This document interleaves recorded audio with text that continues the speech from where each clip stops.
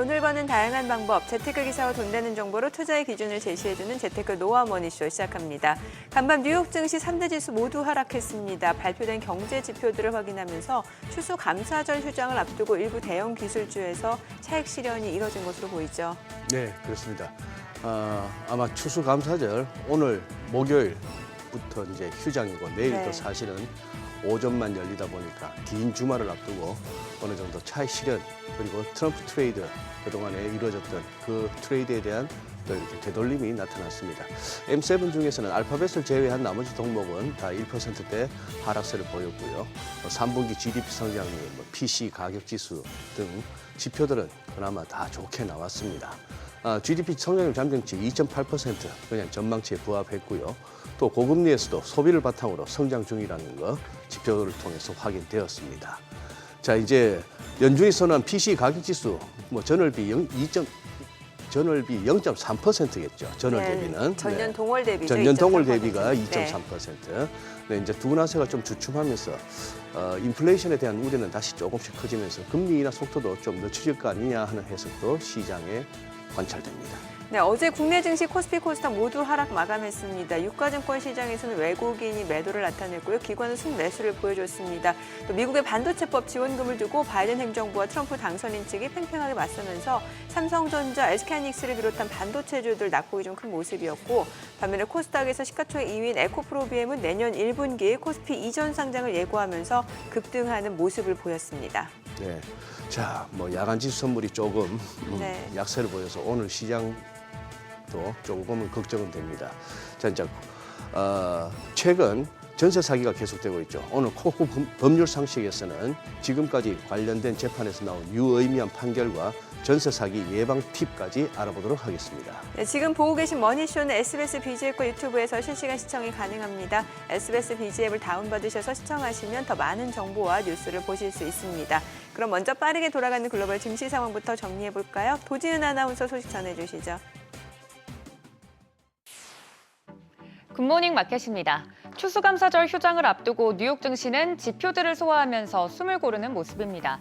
아무래도 거래량도 전체적으로 줄어들고 차익 실현도 하면서 한 템포 쉬어가려는 분위기입니다. 간밤 뉴욕 증시 3대 지수 모두 하락으로 마감했습니다. 다우지수가 0.31%, 나스닥이 0.60% 하락으로 마감했고요. S&P 500은 0.38% 빠졌습니다. 다만 다우지수는 개장 초반 상승세 보이면서 사상 처음으로 45,000선 돌파해내기도 했는데요. 장중 하락으로 전환이 되긴 했지만 확실히 최근 다른 두 지수보다는 강한 모습 보여주고 있습니다. 시총 상위주들도 보시죠. 투자자들이 차익 실현에 나서면서 대체적으로 하락하는 모습이었습니다. 애플 0.06%, 엔비디아도 1.15% 하락했고요. 반도체나 소프트웨어 진영 전체적으로 흐름이 좋지 않았습니다. 마이크로소프트도 1.17%, 또 아마존도 1%대 하락했고 M7 중에서는 유일하게 구글이 0.12% 상승 마감했습니다. 6위부터 10위도 보시면 메타도 0.76% 하락했고요. 테슬라도 1.5% 쉬어갑니다. 트럼프 당선인의 관세와 관련된 코멘트에 따르면 엔비디아와 테슬라도 어찌됐든 큰 틀에서는 자유롭지 못할 것이라는 분석이 우세합니다. 기술주 하락이 전체적으로 두드러진 가운데 반대로 선방한 곳은 리츠, 헬스케어 그리고 금융 섹터였습니다. 확실히 경기 방어주 성격의 종목들이 올라줬습니다. 어제 공개된 11월 FMC 의사록에서 연준 인사들이 점진적 금리 인하를 대부분 지지했다는 사실이 확인되면서 투자 심리는 나쁘지 않았습니다. 이런 가운데 시장은 공개된 주요 경제 지표들 주목을 했는데요. 우선 고용 지표입니다. 신규 실업보험 청구자 수 직전주 대비 2,000명 감소하면서 21만 3천 명으로 시장 예상치를 밑돌았습니다. 반대로 연속 실업보험 청구자 수는 증가했고요. 계속해서 엇갈린 흐름이 나오고 있습니다. 이어서 미국 상무부가 발표한 3분기 국내 총생산 성장률 잠정치 전기 대비 연율 2.8%로 지난 10월 발표된 속보치와 같았고 시장 예상치에도 부합했습니다. 고금리 상황에서도 강한 소비를 바탕으로 꾸준한 성장세 이어가고 있고요. 이어서 연준이 통화 정책을 결정할 때 가장 중요하게 참고하고 있는 경제 지표 PCE도 발표가 됐습니다. 10월 개인 소비 지출 가격 지수 전월 대비 0.2%, 전년 동기 대비로는 2.3% 상승했습니다. 변동성이 높은 식품과 에너지 제외한 근원 PCE는 전월 대비로 0.3%, 전년 대비로는 2.8% 오르면서 헤드라인과 근원 PCE 모두 시장 예상치와 일치했습니다. 예상과 크게 다르지 않았다는 점이 대체로 시장에 안도감을 줬고요.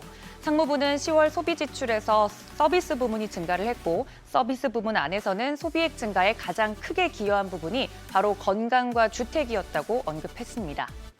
특히 건강 부분에 대한 최근 이슈로는 미국의 경우엔 웬만한 질병은 약으로 치료를 하는 경우가 많기 때문에 약값이 굉장히 중요합니다.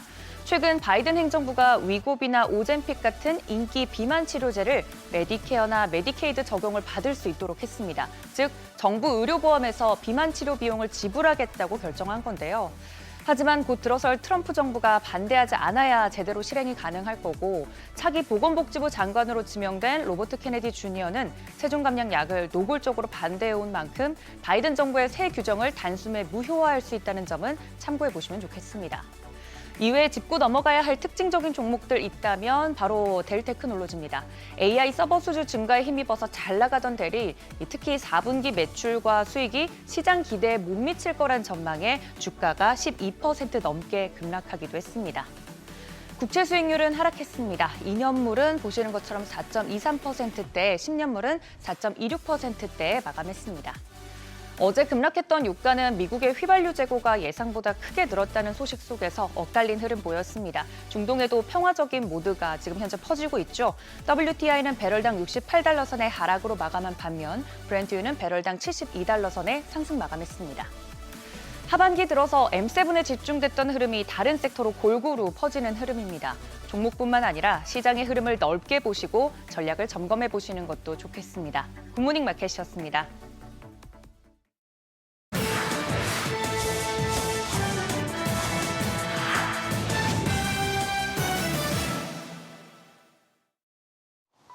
오픈 AI 직원들이 말 그대로 대박이 났습니다. 회사가 직원들이 보유하고 있는 주식을 매각하는 것을 허용했는데요.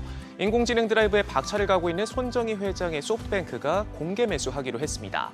매입 가격은 주당 210달러로 총 15억 달러, 우리 돈 2조 원이 넘는데요. 이번 공개 매수는 오픈 AI 지분 확대를 원해온 손정희 회장의 요청에 따라 이뤄졌습니다. 소프트뱅크는 오픈 AI의 지난달 투자 유치에도 참여해 5억 달러라는 거금을 선뜻 내놨는데 AI 분야에 대한 손 회장의 야망을 여실히 보여주는 대목입니다.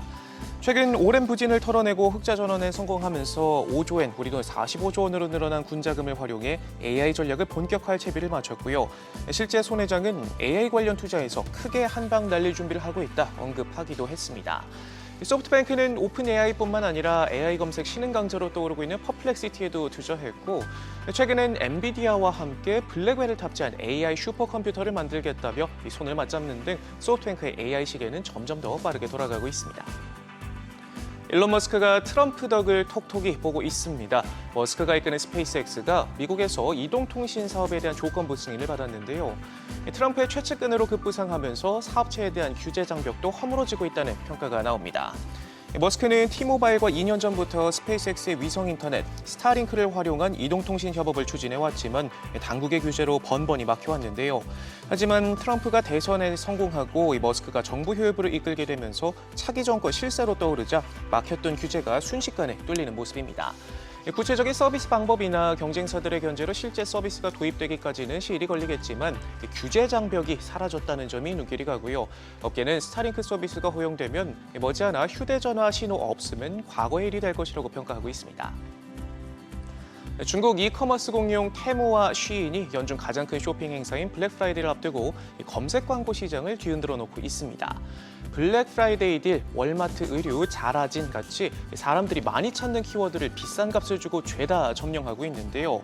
검색어 입찰의 특성상 특정 업체가 높은 가격을 부를 경우 다른 업체들도 경쟁을 위해 비용을 올릴 수밖에 없는데 통상 있는 일이라지만 테무와 쉬인은 도가 지나치다는 게 업계의 설명입니다. 오죽하면 검색어의 실제 주인들이 자기 이름을 검색해도 광고에서 뒤로 밀리는 상황이 벌어지기도 하고요. 테무와 쉬인의 가격 뻥튀기 때문에 월마트 옷 같은 키워드의 클릭당 비용은 수량은 2년 전보다 16배나 뛰었다고 합니다. 이 때문에 일부 기업들은 페이스북이나 틱톡, 인플루언서 혹은 기존 정통적인 광고 등 다른 마케팅 채널로 예산을 옮기는 등 중국 이커머스 공룡들의 공세에 골머리를 앓고 있습니다. 그런가 하면 세계 최대 전기차 기업으로 떠오른 중국 비아디는 저가 전략에 한층 더 공을 들이고 있습니다. 최근 부품 공급 업체에 내년 1월부터 가격을 10% 더 낮출 것을 요구했는데요. 한층 더 치열해질 가격 경쟁을 예견하고 채비에 나선 것으로 풀이됩니다. 비아디의 극단적인 저가 전략은 독일 폭스바겐과 미국 스텔란티스 등 전통 강자들을 대규모 구조 조정에 몰아넣을 만큼 파격적이었는데요. 이 같은 전략으로 최근 분기에서는 이 테슬라의 매출을 추월하기도 했고 올해 벌써 320만 대가 넘는 자동차를 팔아치우면서 중국에서 가장 잘 팔리는 브랜드로 자리매김했습니다. 여기서 만족하지 않고 글로벌 시장 공략에도 속도를 내고 있는데요. 특히 중국 자동차 브랜드 중 처음으로 한국 승용차 시장 진출을 공식화하면서 내년 출시를 예고했는데 비아디의 저가 전략이 국내 자동차업계에 어떤 파장을 불러일으킬지 눈여겨보셔야겠습니다. 지금까지 글로벌 비즈였습니다. 어제장 이슈가 있었던 업종 살펴보는 기업 이슈 시간입니다. 트럼프 2기 정부 출범을 앞두고 반도체 지원금에 대한 불확실성이 커지면서 어제 반도체주가 일제히 약세를 보였습니다. 반도체법은 미국에 투자하는 반도체 기업에 보조금을 지급하는 것이 핵심인데요. 트럼프 당선인이 이 법에 대해서 여러 차례 부정적인 입장을 밝혀왔고 트럼프 측근 역시 어제 반도체법 보조금 지급에 불만을 드러냈습니다. 트럼프 2기 행정부의 정부 효율부 공동수장으로 임명된 비벡 라마스와미는 소셜미디어 X를 통해서 트럼프 취임 전에 반도체법 지원금을 최대한 지원할 것이라는 러몬더 장관의 발언이 매우 부적절하다고 밝혔습니다. 그러면서 그는 정부 효율부는 이런 막바지 수법을 모두 재검토하고 감사관이 이런 막판 계약을 면밀히 조사하도록 권고할 것이라고 밝히면서 시장에서는 트럼프가 대통령을 취임하는 대로 반도체 보조금이 없어질 것이라는 우려가 불거졌습니다.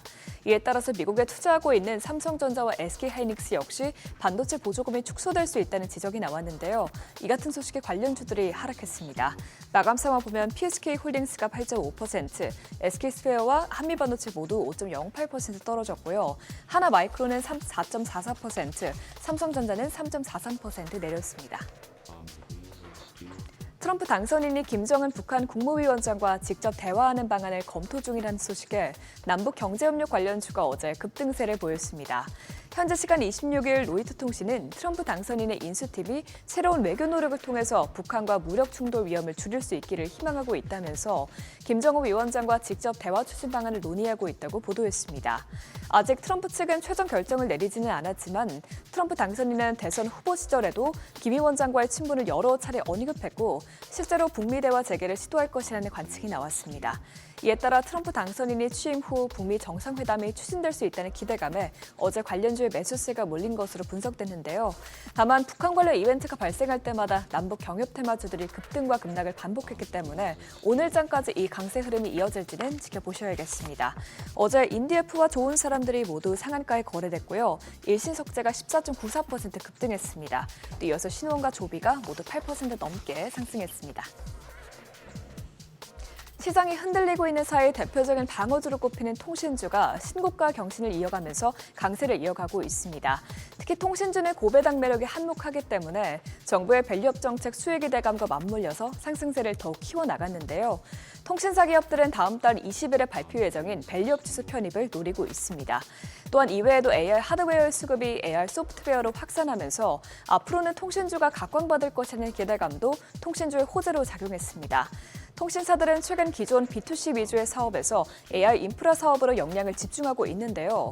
이에 대해서 증권가는 통신사의 AR 인프라 사업이 향후 주가 상승 모멘텀으로 작용할 것이라면서 통신사가 운영하는 AR 인프라 사업의 매출액은 전년 대비 25% 성장한 데 이어서 내년에도 약 18% 수준의 성장세를 보일 것이라고 전망했습니다. 어제장 마감 상황 보면 SK텔레콤이 4.64%, KT가 4.62% 올랐고요. LG유플러스가 2.85% 오름세 나타냈습니다. 트럼프 랠리의 업황 슈퍼사이클 효과까지 맞물리면서 조선 섹터가 주도주로 거듭나고 있습니다. 이에 시장에서는 조선주의 급등이 다소 부담스럽다는 의견을 내놓고 있지만 증권가에서는 크게 걱정할 수준은 아니라고 진단했는데요. 삼성증권 연구원은 올해 조선업종의 주가 상승은 대부분 이익 추정치 상향이 동반됐다면서 밸류에이션 관점에서의 부담은 생각보다 크지 않은 편이라고 평가했습니다. 또 이어서 국내 조선사들의 컨테이너선 발주도 지속적으로 이어질 것이라는 기대감이 관련주의 모멘텀으로 작용하고 있는데요. 업계 관계자는 글로벌 해운 규제 강화와 노후 선박 교체 수요가 계속되면서 내년에도 발주세가 이어질 것으로 보인다고 전망했습니다. 이 같은 기대감에 어제 어떤 기업들이 올랐는지 보면 HJ중공업은 MRO 사업 추진 소식에 14.62% 급등했고요. 하나오션이 1.11% 올랐습니다. 또 이어서 HD 현대미포가 0.8%, 삼성중공업과 HD 현대중공업이 각각 0.68%, 0.66% 올랐습니다. 지금까지 어제장 이슈 살펴봤습니다.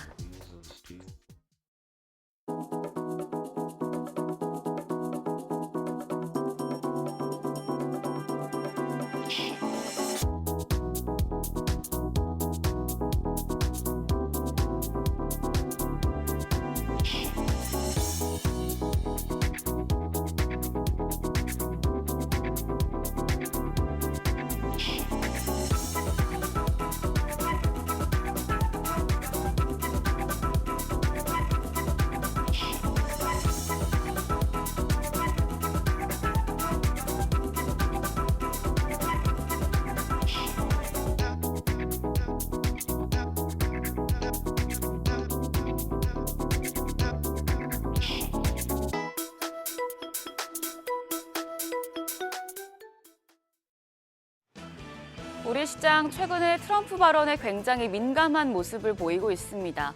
어제 국내 증시 양 지수 모두 하락했는데 유독 반도체가 타격을 받았습니다. 폭설이 온 날씨처럼 반도체에는 눈보라가 휘몰아쳤죠. 삼성전자와 SK하이닉스 반도체 투톱의 지수 하락 기여도가 가장 컸습니다. 계속해서 트럼프 정책 변수가 시장에 큰 영향을 주겠는데요. 오늘은 어떤 뉴스에 주목해야 할지 어제장 복귀하고 투자 뉴스까지 확인하시죠. 코스피가 간신히 2,500에 턱걸이했습니다. 어제 0.69% 하락해서 2,503.06포인트였고 코스닥도 0.17% 내려서 692포인트의 장을 마쳤습니다. 정부 효율부 수장인 라마스와미가 반도체법상 보조금 지급을 지적하면서 아직 보조금을 수령하지 못한 삼성전자와 SK하이닉스 등이 부진한 흐름을 보였습니다. 수급적으로 보면 유가증권 시장에서 외국인은 또 한 번 팔아치웠습니다. 3,690억 원 팔자 포지션 취했고요. 개인도 300여억 원 매도 우위를 기록했습니다. 다만 기관이 2,946억 원 사들이면서 지순이 2,500을 지켜냈는데 연기금이 코스피를 13일 연속 순매수하면서 지수의 하단을 지지하고 있습니다. 코스닥 시장에서는 외국인과 기관 쌍끌이 매수세가 나타났습니다. 외국인 순매수 금액은 적었지만 21억 원 순매수 기록했고요. 기관도 466억 원 매수 우위였습니다. 개인만 홀로 284억 원 매도 포지션 취했습니다. 시가총액 상위 대형주들은 트럼프 정책 이슈에서 자유로운지 여부가 투자 종목의 희비를 엇갈렸습니다. 반도체 쪽에서는 보조금 지급 문제 제기에 타격이 컸습니다.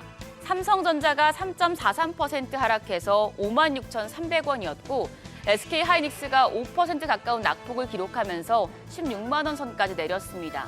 삼성전자의 경우에는 어제 임원 인사도 발표됐는데 주가에 호재가 되진 못했습니다. LG에너지솔루션도 1%대 조정을 받았고 관세에 민감한 현대차와 기아 같은 자동차 대표주도 약세였습니다. 반면에 미국 정책 이슈에서 상대적으로 자유로운 바이오와 금융주 등이 강세를 기록했습니다. 삼성 바이오로직스가 2.58% 반등했고요. KB금융이 2.8% 오름세, 셀트리온과 네이버도 각각 1.2%, 3.7% 상승했습니다. 코스닥 대형주 중에서는 헬스케어와 로봇, 엔터주가 돋보였습니다. 알테오젠과 리가켄바이오는 낙폭 과대에 따른 저가 매수세가 유입되면서 각각 2.8%, 1.9% 강세 기록했습니다. 휴젤과 클래시스도 5%, 3.5% 상승세 시현했습니다. 그리고 레인보우 로보틱스가 8.9% 급등했는데요. 일론 머스크 테슬라 CEO의 뉴럴링크가 시험을 개시했다는 소식에 크게 올랐고요. JYP 엔터가 5.3% 뛰면서 시총 10위에 안착했습니다. 환율은 내렸습니다. 정기장 마감 시간 달러 기준 1원 20전 내린 1,397원의 거래를 마쳤습니다. 미국 기준금리 인하 기대 등의 영향으로 소폭 하락한 모습이었는데요. 이후에 저점을 낮춰가던 환율은 새벽 6시 기준으로 1,390원 선까지 낮아졌습니다. 달러 인덱스가 트럼프 트레이드의 되돌림 흐름으로 낙폭을 확대하자 원달러 환율도 보조를 맞추는 모습이었는데요. 간밤 10월 PC 물가 지수가 시장 예상치에 부합했고 3월 국내 총생산 GDP 성장률 수정치도 속보치와 동일하게 나오면서 불확실성은 사라진 상황입니다. 오늘 외환 시장 약세로 출발할 가능성이 높겠습니다. 오늘 시장에 영향을 줄 뉴스와 증권사 리포트 정리했습니다. 오늘은 금통위, STO, 2차전지, 밸류업 관련 소식들 살펴보시죠. 일단 오늘 한국은행의 올해 마지막 금융통화위원회가 열립니다. 기준금리를 결정할 텐데 동결이 유력합니다. 예상대로 이뤄진다면 시장에 큰 영향은 없겠지만 금통위 이후에 나올 이창용 한국은행 총재의 발언은 또 시장에 주요하게 작용할 수 있겠습니다. 오늘은 STO 관련주 눈여겨보셔야겠는데요. 오늘 국민의힘이 토큰 증권 발행 STO 법제화를 위한 간담회를 엽니다. 한동훈 대표도 참석할 예정인데요. STO 관련주 어제도 흐름 괜찮았는데 오늘도 주목받을 수 있겠습니다. 2차 전지주는 유럽 최대 전기차 배터리 업체 지금 노스볼트의 파산 보호 신청 소식에 희비가 엇갈리고 있는데요. 하나증권은 한국과 중국 셀 메이커들은 추가로 고객사를 확보할 가능성이 커졌다면서 수혜 가능성이 높다고 분석을 했습니다. 다만 한국 소재 장비 기업들, 특히 노스볼트형 기업들은 단기적인 타격이 불가피하다고 밝혔습니다. 어제 이 이슈로 에코프로 그룹주가 다소 약한 모습 보이기도 했는데요. 다만 장 마감 이후에 에코프로 BM이 유가증권 시장 이전 상장을 위한 예비심사 신청서를 접수했다고 밝히면서 주목받고 있습니다. 그리고 밸류업 관련 소식들도 체크하셔야겠는데요. SK하이닉스가 어제 장 마감 후에 3년간 시행할 새로운 주주환원 정책과 밸류업 계획을 발표했습니다. 주당 연간 고정 배당금을 25% 상향한다고 밝혔는데요. 어제 16만 원대까지 내렸던 SK하이닉스 주가가 밸류업의 힘으로 주가 반등이 가능할지 확인하셔야겠고요. 현대차도 1조 원 규모의 자사주 매입안을 발표했는데요. 증권가에서는 이를 통해서 하루 최대 1,000억 원의 매수 수급이 유입될 것으로 기대하고 있습니다. 마찬가지로 어제장에서 약세를 보였던 현대차, 오늘은 상승할지 주가 흐름 지켜보시죠. 디지털 화폐 관련주도 예의주시하셔야겠습니다. 어제 시간의 거래에서 디지털 화폐 관련주가 강했습니다. 한국은행이 디지털 화폐 결제를 처음으로 공개한 영향이었는데요.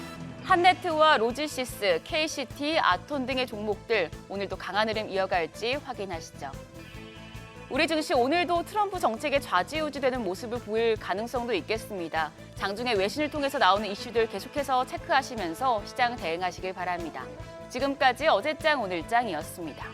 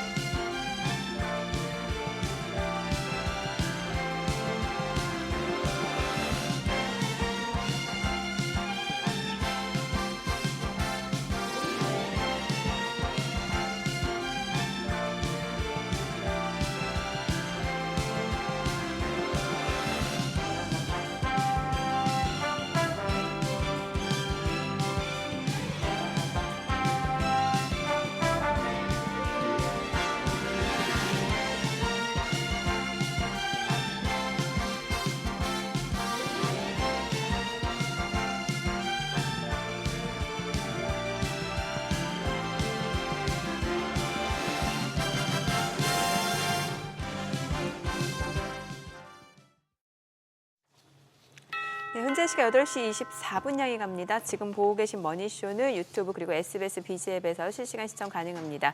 특히 SBS BG앱 다운받으셔서 시청하시면 다양한 정보와 뉴스 확인해 보실 수 있으니까요. 참고해 보시기 바랍니다. 간밤 뉴욕 증시 일단 추수감사절 휴장 앞두고 좀 차익 실현 물량들이 나오는 상황이었는데 또 경제 지표도 많이 발표가 됐잖아요. 네, 경기는 네. 정말 괜찮은 것 같네요. 3분기 실질 GDP 성장률 나왔고 여기에다가 또 근원 PC 또 나왔는데 시장 예상치에 부합하는 수준이고 이러면 연준이 금리 인하를 서두를 필요가 없어지는 거잖아요. 글쎄요. 지금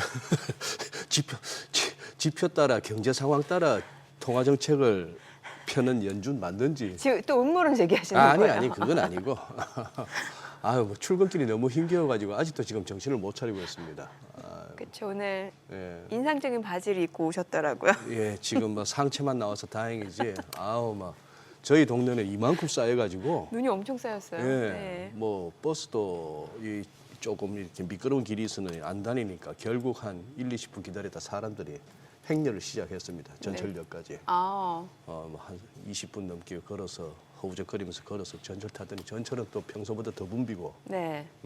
그래도 늦지 않게 와서 다행인데 야 서울 살아야겠네. 서울 오니까 별로 뭐 도로도 깨끗하고 늦지 않게 오셔서 다행이라고 말씀하시는데 왜 이렇게 예. 웃음이 나는지요? 네. 아니 평소보다 일찍 왔습니다. 오늘 그래요. 한번 지금 이제 미국은 워낙에 긴 제일 큰 명절이죠. 미국 입장에서는. 땡스기빙. 예. 그러니까 뭐 조금 이렇게 포지션 줄이자 좀 가볍게 해놓고 가자 하는 그런 느낌도 듭니다만 한번 두루두루 오늘 한번 짚어보시죠. 네. 오늘 SK증권 최석원 경영고문과 함께 시장 이야기 나눠보도록 하겠습니다. 어서 오세요. 어서 오세요. 안녕하십니까. 고문님. 뭐 네. 저희 상암동까지 오시면서 힘들지 않게 오셨습니까? 다행히 뭐 저는 차량을 몰고 왔는데 예. 네. 이 차길은 많이 녹았더라고요. 차길은 많이 차들이 녹았죠. 다니다 보니까 다들 그리고 아마 다니고, 예. 밤새 그 많이 맞아요. 이렇게 치우는 제설 것 작업 같아요. 미리 네, 네. 많이 잘한 것 같더라고요. 예, 예. 그래서 뭐 생각했던 것보다는 훨씬 더 수월하게 해왔습니다. 예. 아유 지금 이 대목이 오니까 이제 궁금한 게 네. 지금 얼추 이제 대체로 이제 시장 보시는 분들의 컨센서스라 할까? 내년에도 미국은 괜찮을 것 같다. 예, 예. 글로벌리 보더라도 뭐 전 세계 이렇게 투자 자금들이 미국으로 몰려가는 거는 여전하지 않겠느냐. 네. 트럼프 집권 2기가 접어들더라도 네. 뭐 이런 뷰가 이제 대세를 이룬다고 저는 판단하는데 네. 우리 최 고문님 판단이 어떠신가 해가지고. 그 사실 어저께 경제 지표들이 네. 이렇게 발표된 예. 걸 보면 네.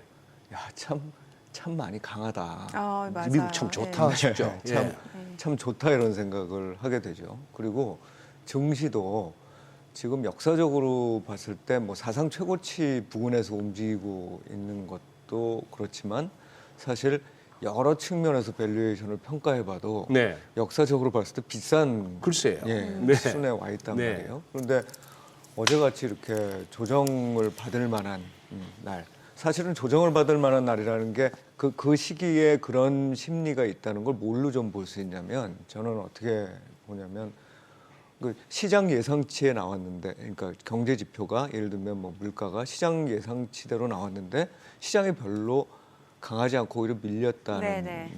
거잖아요. 네네. 그러니까 보통 예상치대로 나오면 안심하고 주가가 오르는 이런 네. 상황이면 시장이 굉장히 강한 거고, 이제 지금은 반대 현상이 나타났음에도 불구하고 내리는데 그렇게 크게 안 내리는 거예요. 예. 그리고 사실은 이 AI와 관련된 그동안에 좀 많이 올랐던 올해 사실 엔비디아 상승률이 한 160% 이상이었었거든요. 그런데 최근에 조정을 받아서 물론 고점 대비해서는 한 10%, 15% 떨어졌습니다.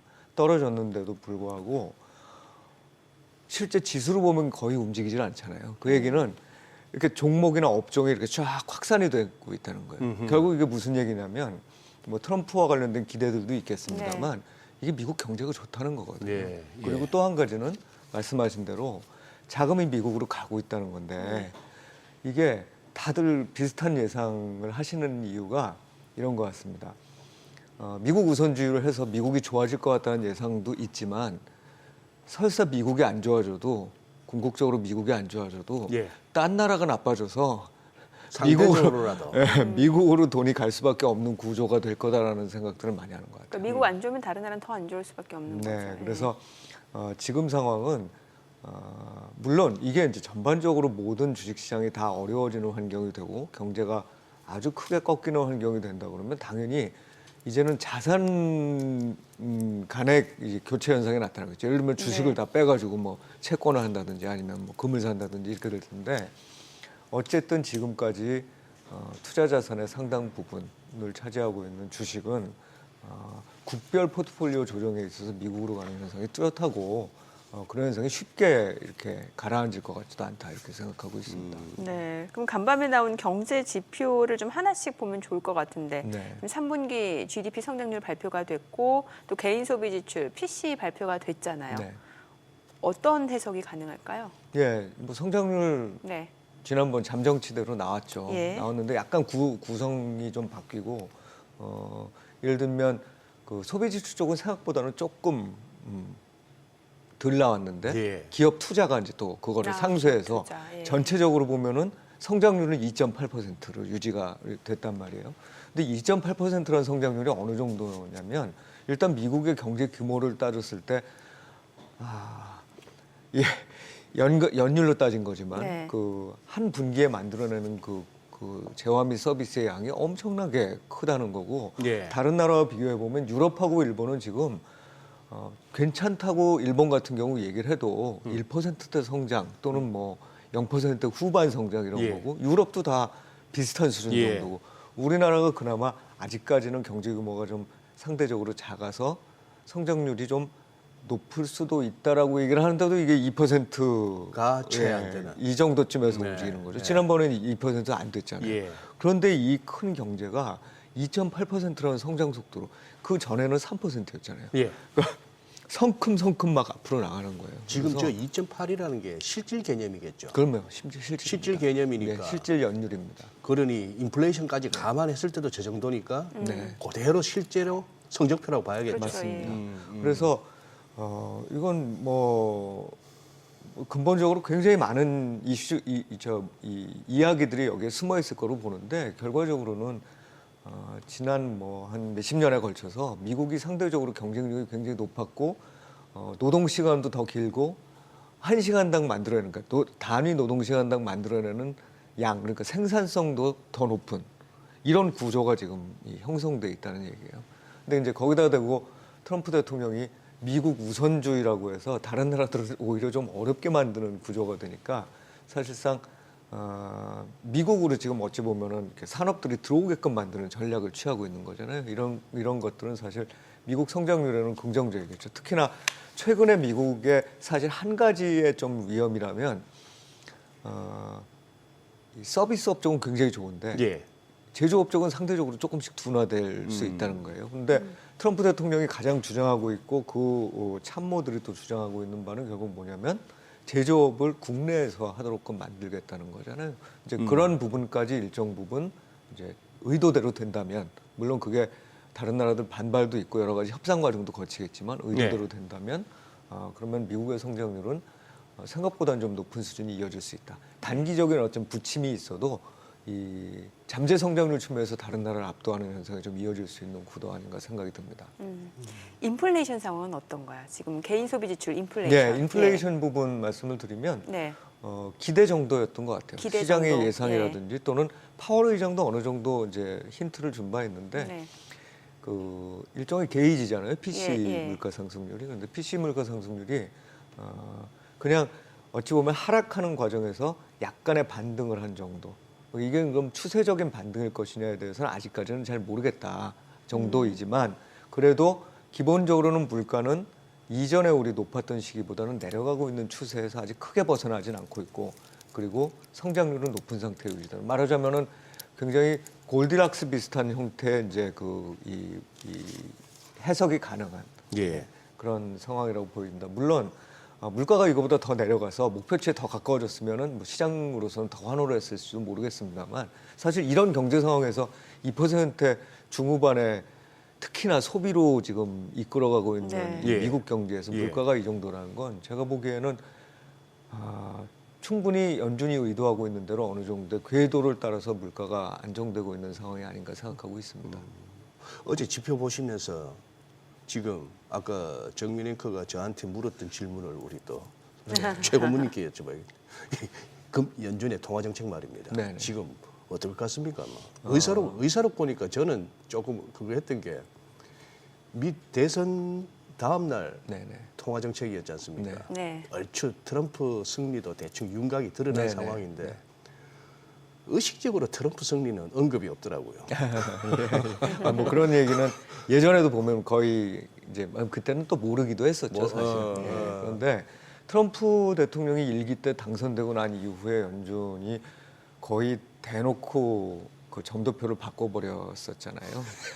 그러니까 당신이 들어오면 이렇게 될 거라는 얘기를 했었는데 이제 그렇게 반응할 가능성도 물론 있습니다. 그런데 생각해보면 원래부터도 미국의 연준은 이번 그 금리 인하 과정에서 금리를 대단히 많이 내릴 거라고 생각하지 않았었을 거라고 저는 봐요.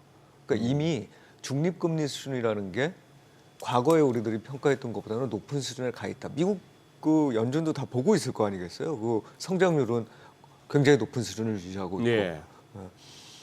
이런 상황에서 기존의 어떤 기조를 크게 바꾸지는 않을 것 같은데 그 기조가 결국 뭐냐면 단기적으로 올해 말까지는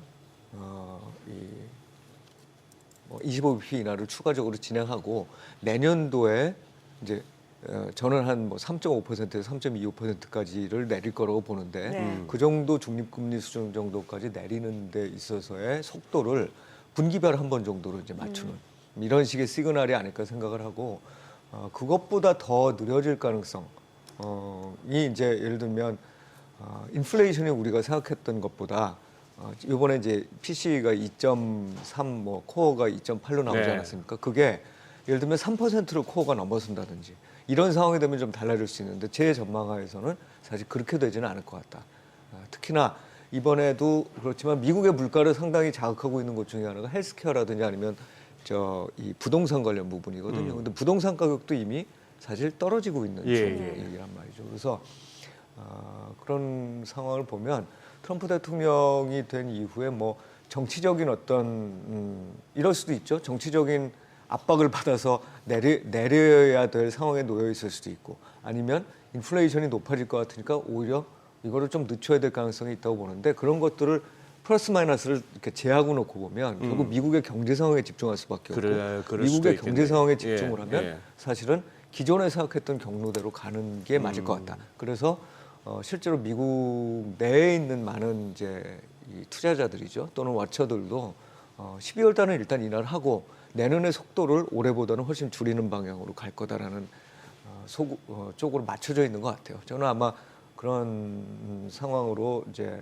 이 연준이 의사결정을 내리지 않을까 생각을 하고 있고 마지막으로는 지금 그런 예상과 다르게 갑작스럽게 미국이 금리를 올린다는 거 올리지는 않겠지만 네네. 정말로 나는 인하를 안 하고서 상당 기간 버틸 거야 그런 시그널을 줄 경우에는 제가 보기엔 지난 8월 달에 나타났었던 것 같은 금융시장의 흔들림이 또 있을 수 있다고 네. 봅니다. 그러니까 사실 연준 입장에서 그런 흔들림을 굳이 발생시키면서 예를 들면 캐리 트레이딩의 이제 되돌림일 텐데 예. 그런 것들을 다시 재현시키면서 금융시장 충격이 다시 경제에 영향을 미치는 이런 구도를 생각할 이유는 별로 없다. 그래서 제가 보기에는 아마 12월 달에 인하를 하고 내년에 분기별 한 번 정도로 가지 않을까. 예, 생각하고 미국은 대충 뭐 그 정도로 정리가 되겠습니다만 당장 오늘 우리 금통위가 있습니다. 네. 이제 금년에 이제 마지막 금리 결정 금통인데 지금 최고님 네.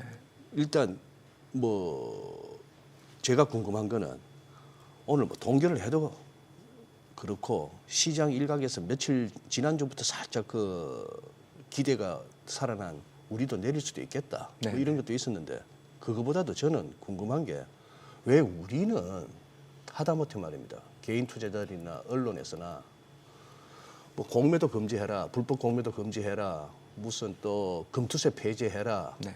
상법도 개정하자, 세법 뭐 상속세고 무슨 정여세고 너무 과하다, 세법도 개정하자 이런 얘기는 나오는데 금리 좀 내려라 하는 보고 이런 얘기는 잘 안 들리거든요.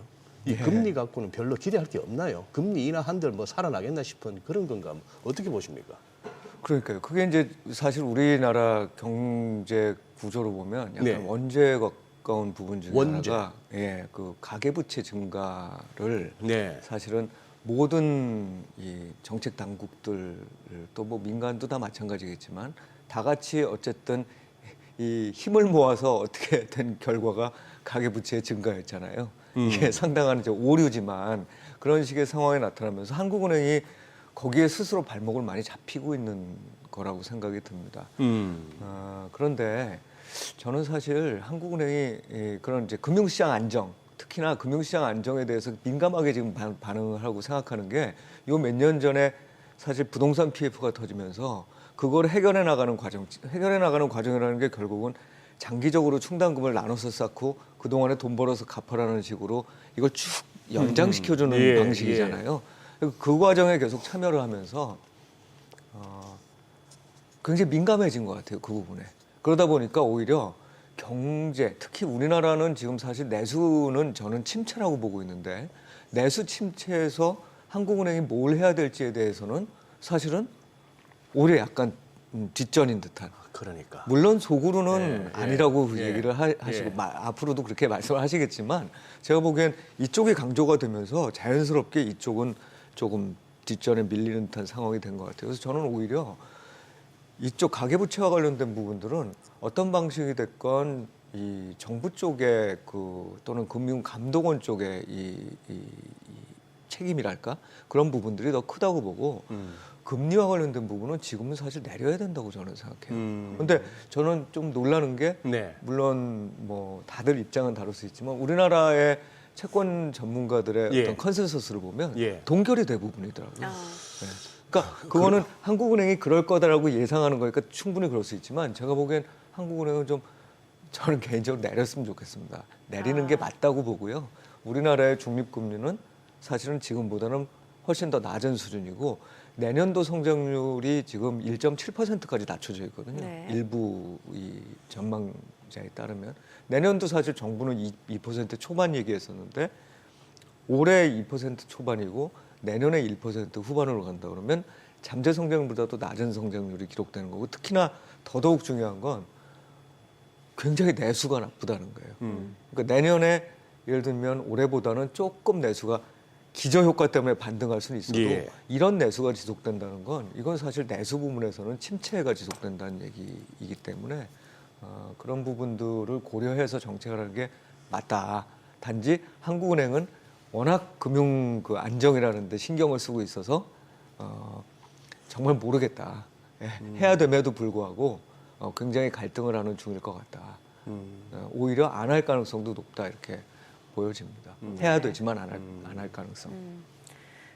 저는 다시 미국 쪽 그 국채 수익률 좀 네. 여쭤볼게요. 최근에 이제 뭐 10년물도 그렇고 2년물도 굉장히 좀 높은 수준이었다가 간밤에 약간 좀 떨어지는 모습이었던 네네. 것 같은데 이제 트럼프가 당선되면은 뭔가 이제 채권 발행이 늘어나서 채권 수익률이 이제 높아질 수밖에 없다라는 얘기 굉장히 많았습니다. 네. 근데 이제 스콧 베센트가 재무장관으로 이제 지명이 되면서 어떨까요? 그 채권 쪽 상황은 저희가 수익률, 10년물 국채 수익률 뭐 어떤 식으로 전망을 해볼 수 있을까요? 네, 결국은 이제 그런 어떤 수급적인 문제도 있고 그 다음에 네.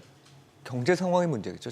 장기채 같은 예. 경우는. 그렇죠. 그 장기채 같은 경우는 경제 상황이 문제인데 경제 상황을 놓고 보면 분명히 올해 이런 좋은 성장률이 내년에도 계속 이어지진 않을 거예요. 좀 좋기는 하지만 좀 낮아지는 수준일 거고 물가도 좀 내려갈 거로 보는데 거기서 트럼프 대통령이 원래 주장했던 바에 의하면 재정 적자가 수급 쪽에서 굉장히 압박을 할 수 있고 예. 재정 적자가 늘어나면 국채 발행 늘어야 되니까 예. 또 한 가지는 이런 정책 모든 게 결국은 인플레이션 상승 요인으로 예. 작용한다. 예. 특히 관세를 올리는 게 그렇다고 얘기하는 거잖아요. 근데 새롭게 이제 재무부 장관이 이 지명이 되면서 그 양반이 이제 얘기를 했죠.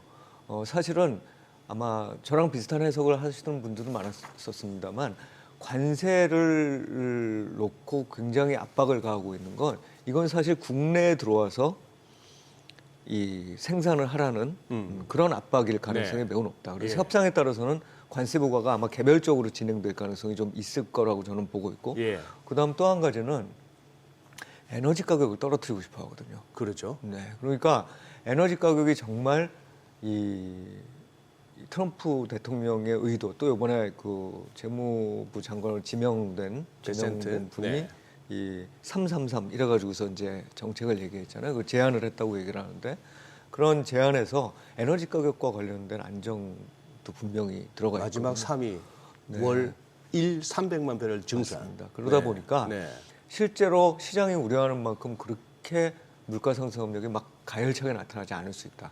그렇게 생각을 하고 저 중에서 이제 가장 규제 완화로 GDP 3% 된다는 게 가장 마지막에 드러날 거라고 저는 보고 있고 나머지 재정 적자를 가급적이면은 이걸 줄이는 방향 또 그 300만 배럴 정도 원유를 더 생산해서 에너지 가격을 안정시키는 방향이라는 건 사실 금리에는 장기 금리에는 보면 이것도 하락 요인이거든요. 예. 그래서 저는 사실 내년에 정책 금리는 인하하는데 미국의 장기 금리만 계속 올라가는 어찌 보면은 금리 스프레드만 계속 벌어지는 이런 현상은 나타나지 않을 거다. 그러니까 당초에 바이든 그러니까 민주당 후보가 대통령이 됐을 때는 그때보다는 조금 더 스프레드가 큰 상황이 있을 수는 있지만 결과적으로 놓고 보면 미국의 장기 금리는 올해 말을 고점으로 해서 내년 말까지는 좀 떨어지는 추세일 거라고 생각을 하고 있습니다. 그래서 내년 말에 기준금리를 3.25에서 3.5% 사이라고 본다면 미국채 10년물은 지금 이제 4%에 4.2에서 4.5 왔다 갔다 하잖아요. 그런데 3.5에서 4.0 사이를 왔다 갔다 하는 그런 그림이 아닐까 생각을 하고 있습니다. 아까 저기 화면에서 살짝 이제 간략하게 정리된 스코페센트의 이제 소위 말하는 333. 네. 이게 이제 아베노믹스의 세계 화살에서 뭐 영감을 받았네 이런 소리도 들립니다만 예. 저는 저기서 벌써 저 위에 나오는 재정 적자를 GDP 대비 3%까지 줄이는 와중에 GDP 성장률은 3%를 안 들겠다. 여기서부터 제가 보니까 저 세 개 중에 할 수 있는 거는 가운데 거밖에 없네요. 퍼내면 가능하니까. 네. 아니 지금 미국의 재정 적자가 금년만 하더라도 얼추 지금 6.4% GDP 대비 그 정도로 이렇게 미국 재무부에서 예상하고 있는데 이걸 갖다가 3%로 줄이겠다? 뭐 줄일 수 있겠습니다만 줄이는 와중에 성장률도 3%로 하겠다? 정부 지출로 그렇게 3%만 성장률 키워왔던 미국에서 재정 적자는 줄이면서 밀가루 투입량은 줄이면서 빵은 키우겠다. 뭐 이 말이 안 되는 그 불가능한 네네. 걸로 보여지죠. 그러니까 예. 재정 적자 저 세 개의 정책 중에서 사실 첫 번째와 세 번째는 말씀하신 대로 양립하기가 좀 어려운 그렇죠. 구조입니다. 예. 근데 이제 저 중에 중요한 메시지는 결국 뭐냐면 물론 이제 이게 일종의 립 서비스일 수도 있으나 특히 예. 성장률 3%를 계속 달성하겠다. 그러니까 잠재 성장률이겠죠. 저기서 얘기하는 성장률을 3%로 높이겠다라는 얘기는 결국은 전반적인 프로덕트, 그러니까 생산성을 증가시키겠다는 얘기이겠죠. 예. 그리고 그나마 이제 제가 좀 좋게 보는 거는 재정 적자에 대한 우려가 굉장히 많았었거든요. 왜냐하면 감세를 다 할 거라고 보니까. 그런데 어쨌든 이 공화당 정부 쪽에서 계속 그 재정 적자를 늘리는 방향보다는 어쨌든 경제 수장이 재정 적자는 기본적으로 줄이는 방향으로 간다. 그러면 뭐 3%까지 당장 가지 못하더라도 올해 예를 들어서 6%를 넘는 재정 적자를 내년에는 순차적으로 예. 뭐 5%로 내리고 하는 이 과정만으로도 사실은 지금까지 사람들이 예상했던 재정 적자와 그에 따른 국채 발행은 그거보다 훨씬 많은 양이거든요. 그러다 보니까 미국의 국채 금리에 미치는 영향은 제가 보기엔 좀 아래쪽일 거라고 생각을 하고 있습니다. 어쨌거나 그 노믹스 이름 뒤에 노믹스 붙이는 걸 갖다가 총리나 대통령급이 아닌데 노믹스 붙이려고 드는 거는 좀 위험한 것 같아요. 벌써 이제 월가에서 말을 만들기를 베센트 노믹스 뭐 이렇게 하는데 네. 그러면 트럼프 노믹스보다 베센트 노믹스가 더 각광을 받으면 트럼프 대통령이 좋아하겠습니까? 안 좋아하죠. 그러니 뭐 아베노믹스 정도까지는 되지만 네. 우리나라에서 한번 예가 있었죠. 최고 지도자급이 아닌데도 노믹스 최경환 네, 부총리 네, 시절에 네. 초이노믹스가 있었는데 네. 기억나는 거는 담배값 오른 것밖에 없습니다. 네. 담배값하고 부동산 가격도 올랐죠. 부동산 디립다 올린 거 하고 예 그러네요. 오르기 네. 시작했죠. 그 최근에 또 나온 이슈 중에 하나가 그 트럼프 당선인 관세 폭탄 예고 있지 않습니까? 네네. 뭐 미국 이제 캐나다하고 이제 멕시코 같은 경우 이제 미국 국경하고 이제 접경 지역이다 보니까 뭔가 이제 불법 이민자들을 향한 뭔가 그 전략이다라는 분석도 있는 것 같고 또 네. 중국 펜타닐 이슈가 있죠. 그 네네. 관련해서 관세 폭탄 예고를 한 상황이고 또 이런 식으로 이제 무더기 관세 폭탄을 하게 되면은 미국 내에서도 인플레이션을 유발할 수 있다는 우려도 있는 것 같고 또 기업들마다 각각 영향력이라든지 아니면 앞으로 전망이 좀 달라질 수 있을 것 같거든요. 네. 그러니까 사실 이제 이거의 핵심은 두 가지죠. 글로벌리 다 이 인플레이션 압력이 높아지는 부분이 생길 수 있다. 이제 두 번째는 이제 무역 분쟁이라는 게 굉장히 이 확산되는 거죠. 그러면서 글로벌 교역량이 줄어드는 거예요. 그러다 보면 이제 우리 같이 수출 의존도가 높은 나라인 경우에 당연히 타격을 더 받게 된다. 이게 이제 기본적인 논리입니다. 그런데 그 일기 때도 비슷했습니다만 중국에 대해서는 좀 독특하게 정책을 그러니까 약간 이 뭐랄까요? 그 무역 불균형을 해소해야 된다는 부분이 더 강렬하게 가는 거는 당연히 이제 중국이 추구하고 있는 이른바 패권 국가의 그 전진을 제한하는 거겠지만 다른 나라들하고의 관계를 보면 관세를 부과하긴 하는데 상당히 많은 경우에 이게 협상의 카드로 사용이 된다는 거죠. 이게 트럼프 대통령이 그러니까 이제 후보죠. 이제 앞으로 대통령이 될 분이 이게 사업가기 때문에 사실은 본인한테 이익이 되는 게 중요하지. 예, 관세를 매겨서 누구를 뭐 이렇게 괴롭히는 게 괴롭히는 게 목적은 아니라는 겁니다. 그래서 그래서 이제 한편으로는 그렇다는 얘기는 불확실성이 굉장히 커진다는 얘기죠. 예, 왜냐하면 협상 과정에서 어떤 일이 벌어질지 모르니까 시장은 매번 그 협상 과정이라는 게 어떤 방향으로 갈 건지에 대해서 예상을 하고 상상을 하고 또 기대했다가 그게 실망하기도 하고 이런 과정들이 벌어지니까 약간 그 변동성이 커질 수 있는 가능성이 있는데 관세를 지금 부과하겠다고 주장하는 모든 것들이 다 그대로 이행이 되면서 그게 곧바로 다 물가에 반영이 되고 그래서 글로벌 물가는 다 올라가니까 다 이제 우리는 끝났다 이런 시나리오는 저는 아니라고 생각해요. 네, 그래서 지금은 그럴 수도 있다라는 데 대한 우려감을 막 반영하고 있는 상황이지만 또 막상 지나가서 보면 그것보다는 조금 더 현실적인 이제 방안들이 트럼프 대통령과 각 나라의 협상을 통해서 이루어지지 않을까라고 생각하고 있습니다. 네. 자, 지금 시각 8시 52분 향해 갑니다. 오늘 양시장 예상 체결지수 좀 체크해 보도록 하겠습니다. 먼저 코스피부터 보도록 할게요. 오늘 강보합권 예상되고요. 2,503포인트 출발 예상됩니다. 코스닥도 역시나 보합권 예상되죠. 예상 체결지수는 692포인트입니다. 시가총액 상위 종목 예상 체결가 보겠습니다. 삼성전자 오늘 0.8% 상승 예상됩니다.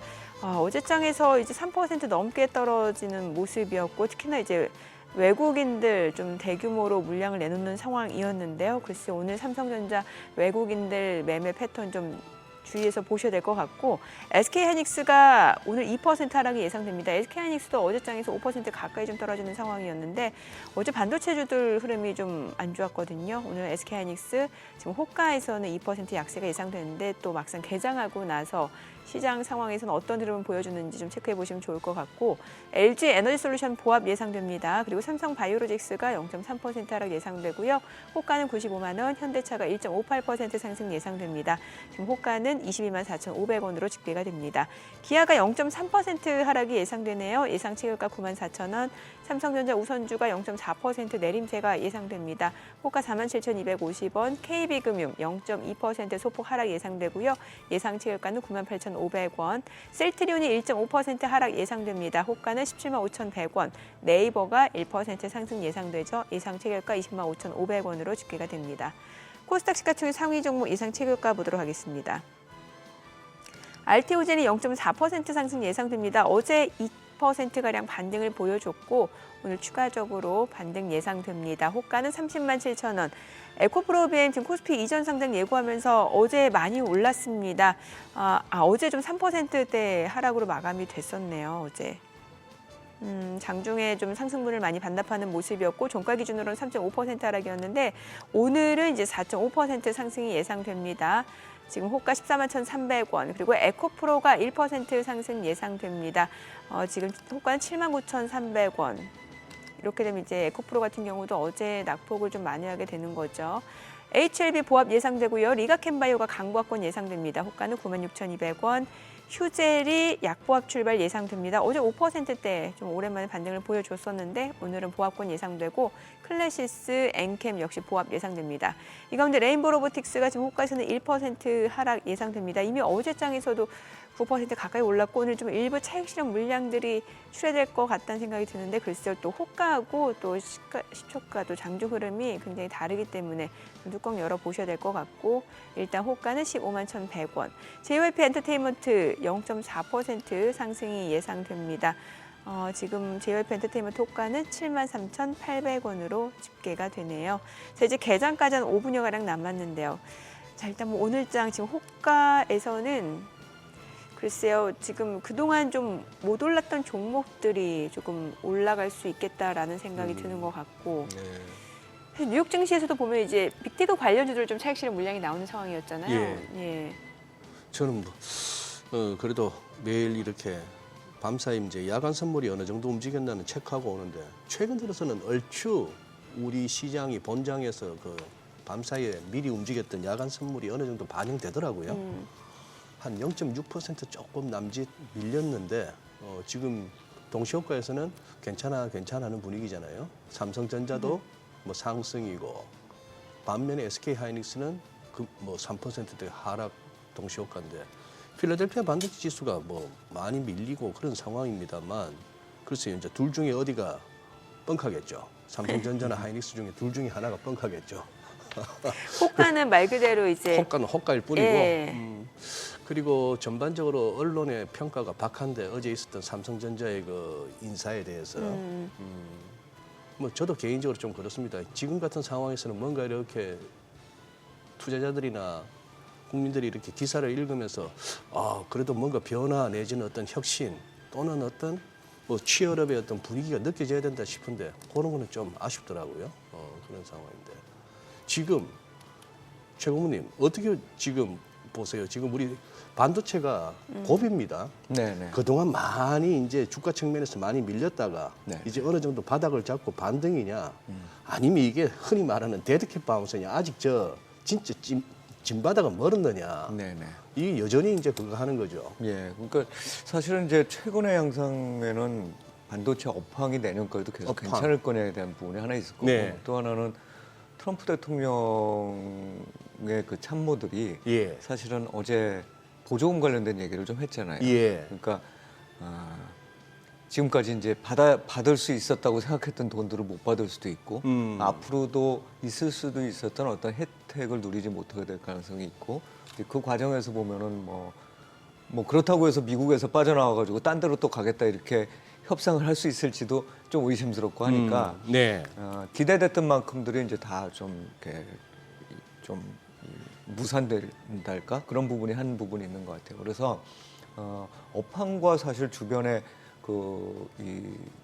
그런 제도적이나 또는 이런 데 있어서의 불리한 여건이 합쳐져 있기 때문에 사실 당분간 좀 반도체 주식은 그렇게 좋은 흐름을 보이지는 못할 것 같아요. 근데 그럼에도 불구하고 내년도 초반 이후에 이제 반도체 또는 특히 AI와 관련된 부분에 있어서의 수요가 네. 지속될 거라는 생각들을 갖고 있고 이런 부분들이 반영이 돼서 실적이 그거를 이제 증명해 준다면 그 실적과 관련된 부분들이 크게 깨지지 않는다면 이제 주가는 이미 최근 들어서 상당히 빠지면서 밸류에이션이 싸졌거든요. 역사적으로 봤을 때는 이제 그런 측면들을 고려했을 때 다시 반등하는 시점이 오죠. 근데 올해 말까지는 사실 쉽지는 않아 보이는 상황이라고 생각합니다. 올해 말까지.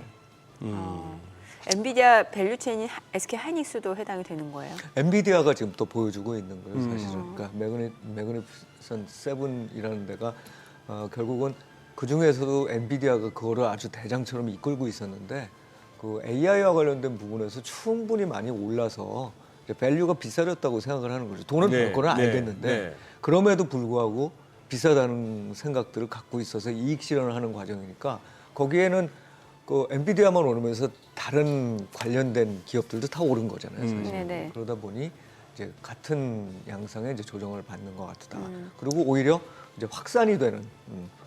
근데 우리나라는 사실 뭐 이런저런 내부적인 또 이유 때문에 미국처럼 확산이 되면서 강한 모습도 못 보여주고, 그러니까 약간 약세를 나타내는 그런 어떤 모습이 나타나서. 혹시 반도체 보조금 네네. 관련해서는 지금 바이든 행정부하고 지금 트럼프하고 좀 약간 그럼요. 다르잖아요. 예. 뭐 트럼프 예. 대통령 그러니까 후보도 예. 공약이 얘기하고 이럴 때 비슷한 얘기를 한 적이 있습니다만 조금 더 분명하게 지금 얘기가 나온 거죠, 사실은. 네. 그 라마스와미 같은 경우에 이 보조금 지급하는 게 이게 낭비다. 네네네. 물론 낭비적이라고 낭비적인 보조금이라는 표현을 쓰네요. 네. 그러니까 물론 그 X에다가 쓰긴 예, 했습니다만 예. SNS에다 쓰긴 했습니다만 이게 1월 20일까지 지출을 할 수 있다. 이전 지금 바이든 행정부가. 그런데 그러니까요. 막 그런 것들을 결정해가지고 주려고 하고 있다. 그런데 네. 나는 그거 반대다. 그래서 만약에 그렇게 한다 그러면 그걸 되돌리려고 하겠다라는 그 얘기를 의지죠. 저희가 개장하고 조금 더 들어보겠습니다. 예, 그러시죠. 오늘 국내 증시 개장합니다.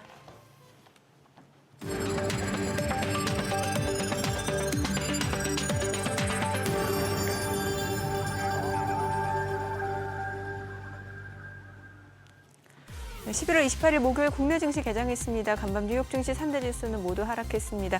그동안 계속해서 좀 상승세를 이어오면서 트럼프 랠리를 이어왔던 상황에서 이제 추수감사절 휴장을 앞두고 일부 좀 차익적 물량들이 나오는 상황이었고 여러 가지 미국의 경제 상황을 알 수 있는 지표들 발표가 됐습니다.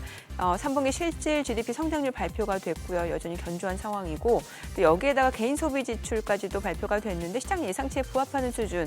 결국에 미국의 경기는 탄탄하다라는 게 다시 한번 좀 입증이 된 상황에서 일부 차익실현 물량으로 볼 수 있을 것 같은데 오늘 국내 증시는 또 어떤 출발을 보여주는지 지수부터 체크해 보겠습니다. 양시장 지금 혼조 출발인데요. 코스피는 0.2% 소폭 하락으로 2,498포인트, 좀 다시금 이제 2,500선을 좀 하회하고 있는 양상이고 코스닥은 0.4% 올라갑니다. 695포인트입니다. 양시장 혼조 출발 보여줍니다.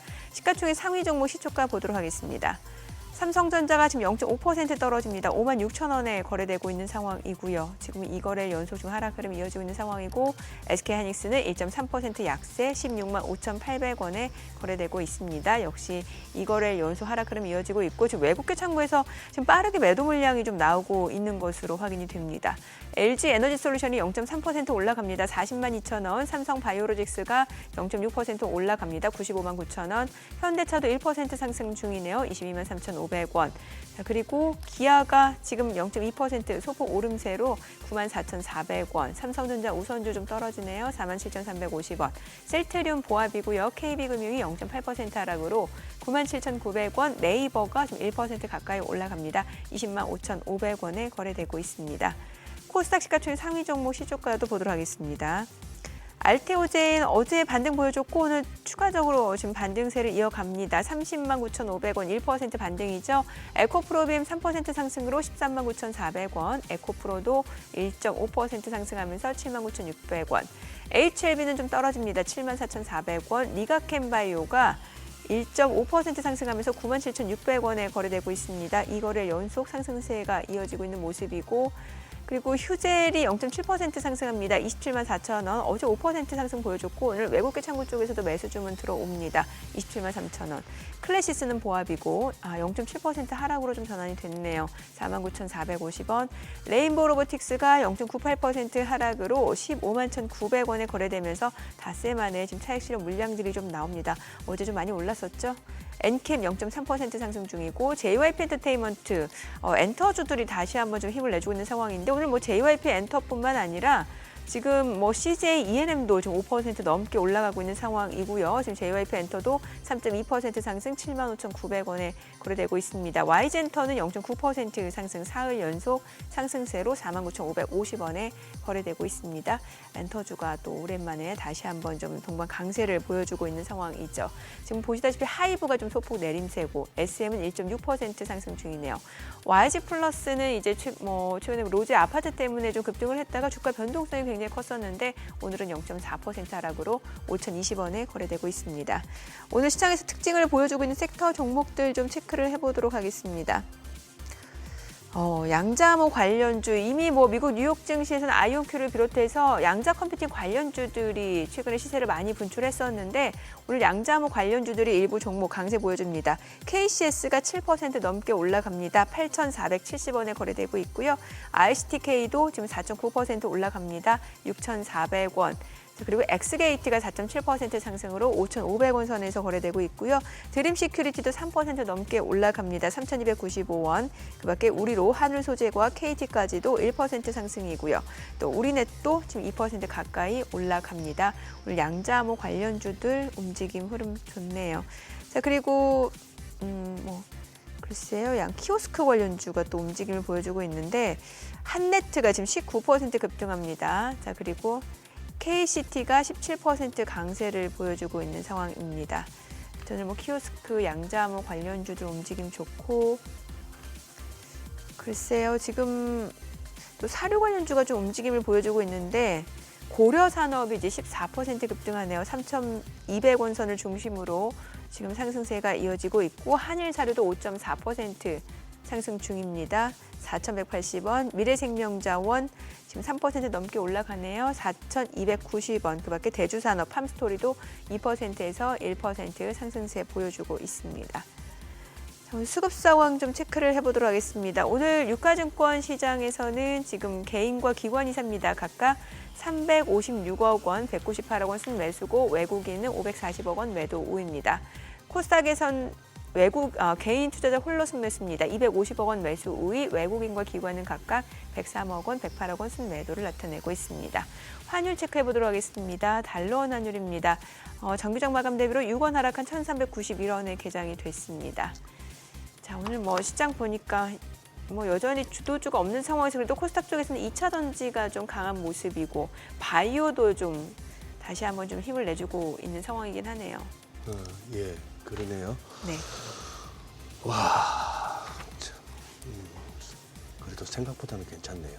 생각보다요? 예, 예. 아니 예.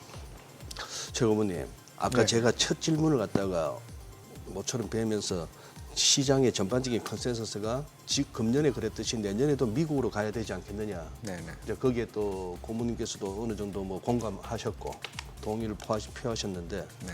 그거하고는 또 약간 결이 다릅니다만 미국 지수 측면에서는 쭉쭉쭉 계속 나쁘진 않을 것 같은데 그렇다고 해서 금년에 좋았던 게 종목 측면에서 좋을 것인가 하는 부분에서는 저는 지금 사실 엔비디아가 굉장히 저는 개인적으로 의심이 갑니다. 왜냐하면은 차트가 험악해졌어요.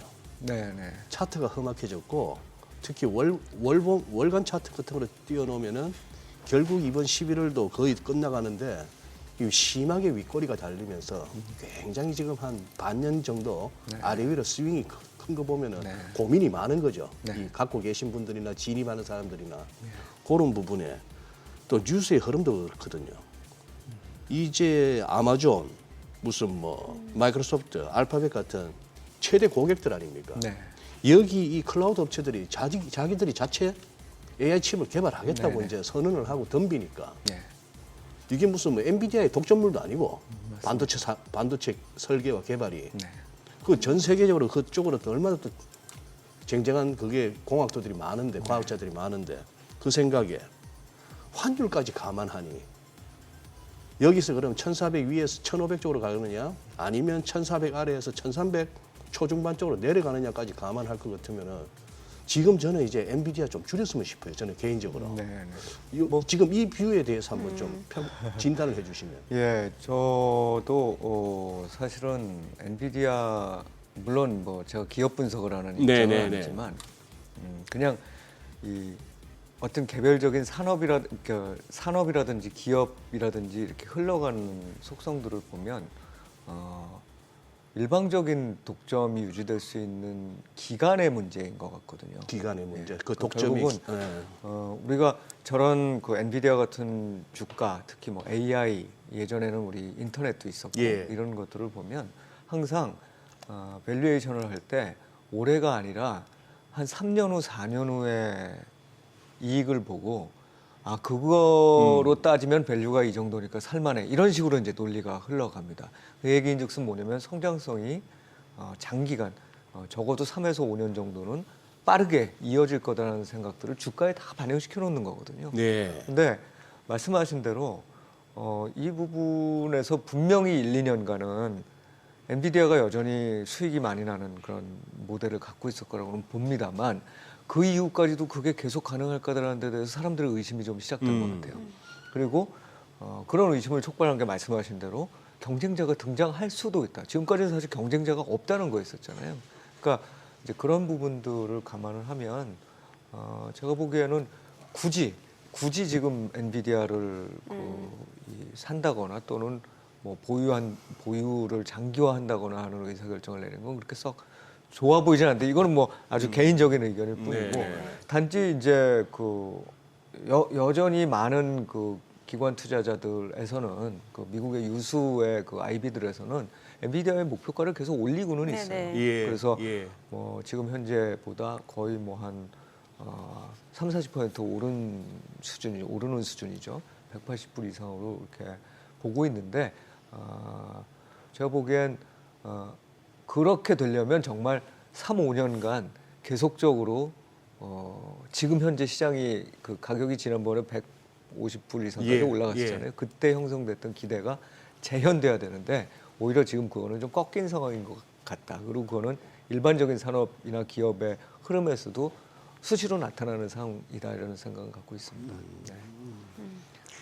코리아 한국 증시 얘기 좀 해볼게요. 뭐 지금 거래 대금 거래량도 굉장히 줄고 다 지금 뭐 미증시 쪽으로 떠났다 혹은 가상자산 쪽으로 움직임도 많이 나타나고 있고 그러다 보니까 코리아 디스카운트 해소를 위해서 뭐 정부가 여러 가지 정책을 내놓고 있는데 일단 뭐 지금 여야가 대립한 상황에서 정부 쪽에서는 지금 상법 개정보다는 세법 개정안 그리고 야당 쪽에서는 지금 보니까 상법 개정을 당론으로 채택했는데 어떤 게 지금 더 필요하다라고 보세요? 네, 그러니까 아주 우리 시청자분들께서 쉽게 이해를 하시려면 세법 개정은 정부에서 주장하는 거고 기본적으로 당근이에요. 그러니까 상속세를 인하한다든가 법인세를 인하한다든가 또는 예를 들어서 이 법인세 같은 경우에도 뭔가 주주 환원을 위해서 돈을 쓰면 그 부분만큼에 대해서는 비용으로 인정을 해서 이 혜택을 주겠다든가 이런 식의 이제 당근과 관련된 내용이고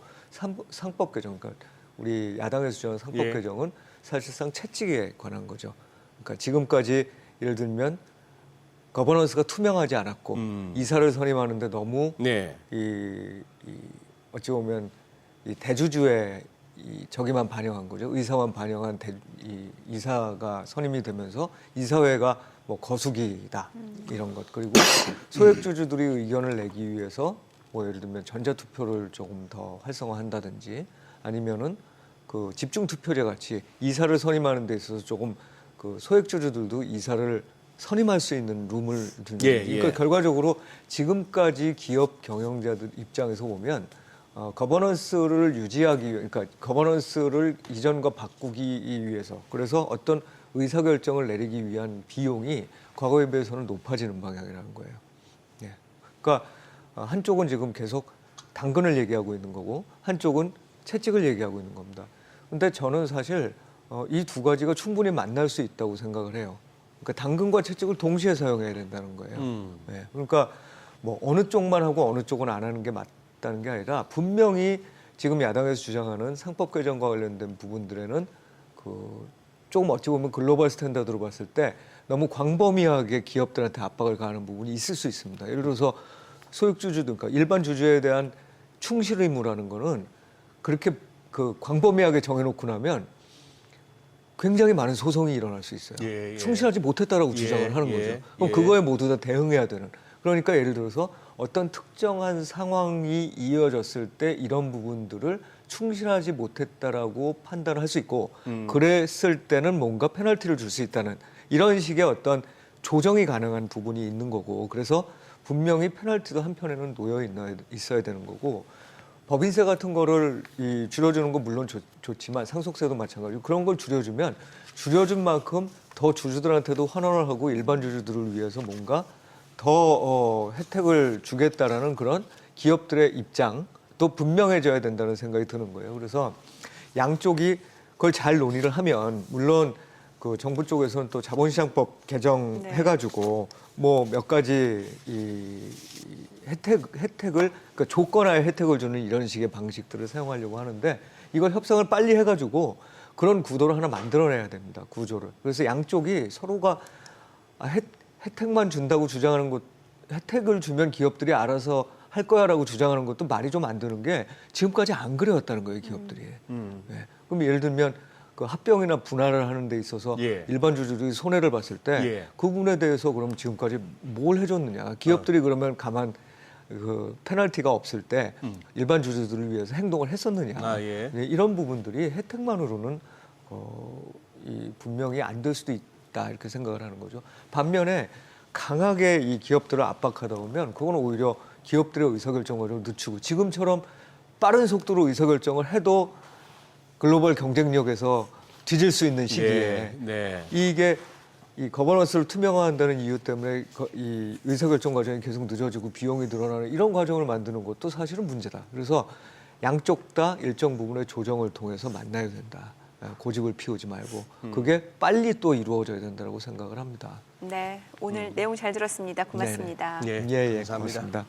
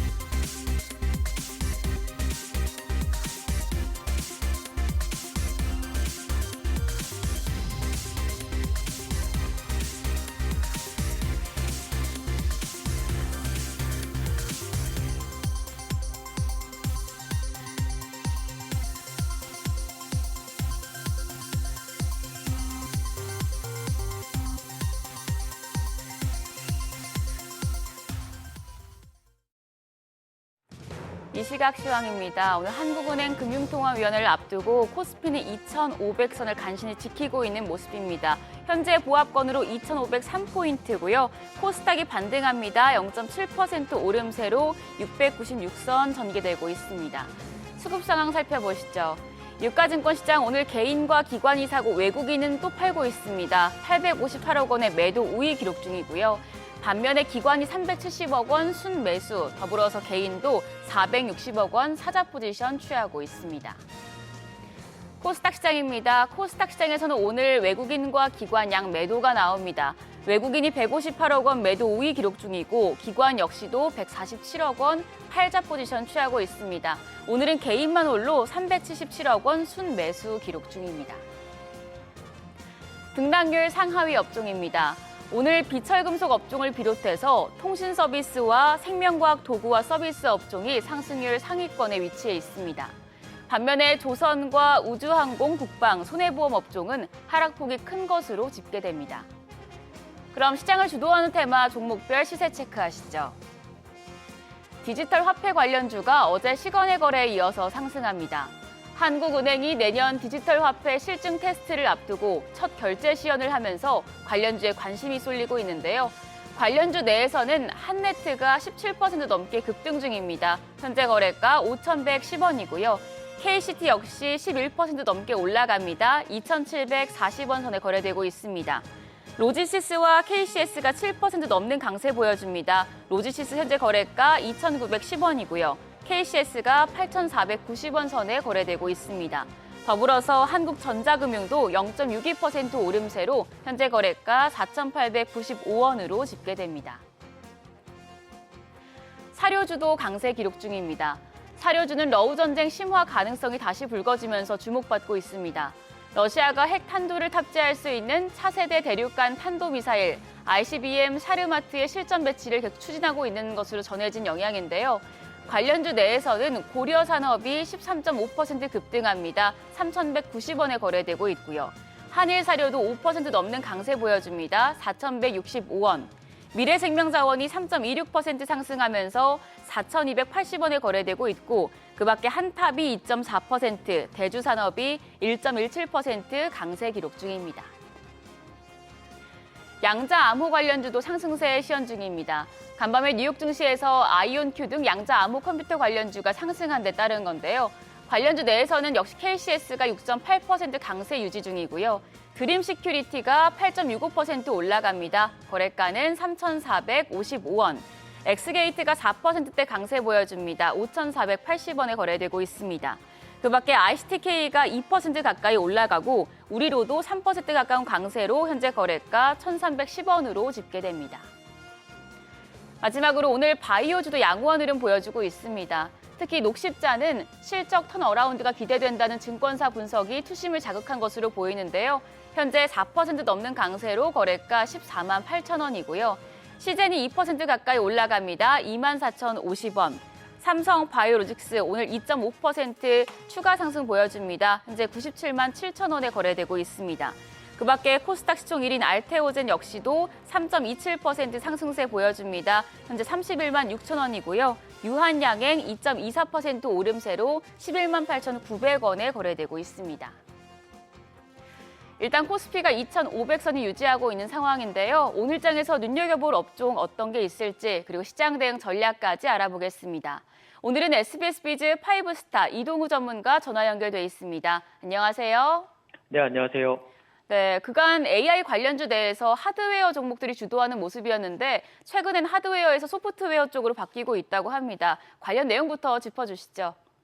네, 미국 시장에서 나타나고 있는 HI 하드웨어에서 AI 소프트웨어로 매수세가 좀 몰리고 있고 트럼프 2기 집권의 핵심 인물로 일론 머스크가 AI 필요성과 확대를 염두에 둔 발언이 지속되면서 국내 시장에서도 AI 소프트웨어 관련주들을 눈여겨봐야 될 듯합니다. 미국 증시에서 이제 수출 규제로 하드웨어보다는 상대적으로 자유로운 소프트웨어와 데이터 센터 설비 관련 쪽이 강세를 좀 보이고 있는데요. 그중 AI 소프트웨어는 최근 실적 상승이 눈에 띄게 증가하면서 주가 반등도 같이 보여주고 있습니다.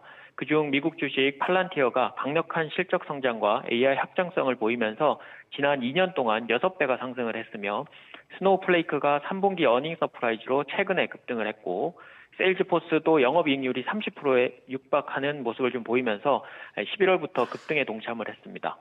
국내 증시에서는 네이버가 AI 검색 엔진 기대감에 11월에만 20% 상승한 것을 필두로 루닛이 빅파마 기업인 아스트라제네카와 계약으로 인해서 의료 AI 관련주인 딥노이드와 JLK가 동반적으로 11월 중순부터 급등을 시작을 했고 본격적인 호실적도 겸해진 더존비주얼, 한글과 컴퓨터, 앱노 등도 강세를 좀 보였습니다. 또한 전일 이스트소프트가 12월 AI 검색 엔진 출시 기대감에 장중 상한가를 기록하기도 하면서 본격적인 AI 소프트웨어 관련주에 특히 집중하셔야 될 때라고 보여집니다. 네, 말씀하신 대로 관련주가 다양한데 전문가님께서는 AI 소프트웨어 관련주 중에서 어떤 종목 눈여겨보고 계신가요? 네, 관련주 토픽으로는 한글과 컴퓨터와 앱노를 가지고 왔는데요. 한글과 컴퓨터는 국내 오피스 프로그램 1위 기업으로 안정적인 공공기관 대상 오피스 매출에 10월에 출시한 클라우드 서비스 한컴독스 AI가 매출 전체 10%를 처음으로 돌파를 했고요. 3분기 영업이익은 역대 최대치를 기록하면서 본격적인 성장 가능성을 좀 보였습니다.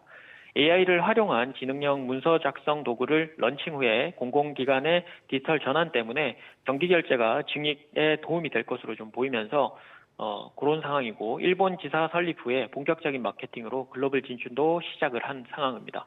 기술적으로는 8월 연중 최저가 이후에 11월에 박스권을 돌파한 상태이고 바닥권을 다진 이후에 거래량 동반과 함께 반등 중이라서 상승 추세는 조금 더 유효해 보이면서 접근은 24,000원에서 25,500원 그리고 1차 목표가는 연중 최고가인 29,000원에서 3만 원 정도 보시면 될 것 같습니다. 두 번째는 앱노인데요. 세계 최초로 SCM 통합 제품을 제공하고 있고 AI 기반 공급망 관리 시스템으로 주목받는 기업입니다. 작년에 삼성 SDS가 앱노를 인수한다고 발표한 뒤에 지속적인 시너지를 기대할 수 있는 상황이고요. 24년에는 본격적인 실적 턴어라운드가 핵심이었다면 미국 진출 본격화로 내년에는 SCP 분야 글로벌 1위인 O9과 그리고 삼성 SDS 그리고 앱노가 협력하면서 글로벌 클라우드 매출 비중 확대와 시장에서 빠른 침투율이 예상이 됩니다. 기술적으로는 이제 8월 연중 최저가 및 바닥을 단단히 하고 난 뒤에 11월부터 같이 동반해서 반등이 나오고 있는 상황인데요. 23년 최고가 하락하던 추세선을 거래량을 동반하면서 최근에 돌파했고 기대감을 다시 높여야 될 시점으로 좀 보이는데요. 접근은 68,000원에서 71,000원 그리고 1차 목표가는 8만 원, 2차 목표가는 최고가 부근인 9만 5천 원 부근, 손절가는 6만 4천 원을 제시해 드리도록 하겠습니다. 네, 오늘 2차 전지와 바이오 중심으로 코스닥 시장이 좋은 흐름 보여주고 있는데 포트폴리오 전략 어떻게 가져가면 좋을까요? 네, 일단은 미국 증시가 주 후반 징검다리 휴장과 블랙 프라이데이로 시세가 좀 활발하지 못한 부분들을 감안하면 국내 증시도 뭐 오늘 정도 오전에 1시간 정도 반등이 나오더라도 추가 상승에는 좀 애를 먹지 않을까 생각이 되는데요. 현재 트럼프 2기 정권도 tin기업 정책을 펼칠 것으로 보여서 미국 증시에는 훈풍이 좀 불고 있는 상황이지만 미국 내에서도 지금 테마주 위주로 강세가 이어지고 있고 국내 증시도 그걸 크게 벗어나진 않을 것으로 보이면서 당분간 박스권은 좀 유지된다고 보고 접근을 하시는 게 좋습니다. 미국도 AI 소프트웨어와 에너지 개발 쪽으로 좀 강세가 이어지고 있는 만큼 2기 집권 전, 그러니까 내년 초까지는 국내 증시에서도 수혜감 있는 업종과 종목들 위주로 좀 보시면 좋을 것 같은데요. 대표적으로 최근 호실적과 트럼프 수혜로 조선중공업이 당분간은 좀 매매가 유효해 보이고요. 테마로는 로봇, 그리고 원전, 우크라이나 재건이나 뭐 경협 쪽 같이 관심 가지시면 좋을 것 같고, 트럼프 관세 언급으로 인해서 관세 폭탄을 피할 수 있는 무형 자산에 시장이 좀 관심이 좀 몰리고 있는 상태라서 엔터나 AI 소프트웨어나 가상화폐 쪽도 당분간은 포트 진입과 상승을 염두에 두시는 전략이 필요할 것 같습니다. 네, 오늘 말씀 고맙습니다. 지금까지 업종과 대응 전략 알아봤습니다.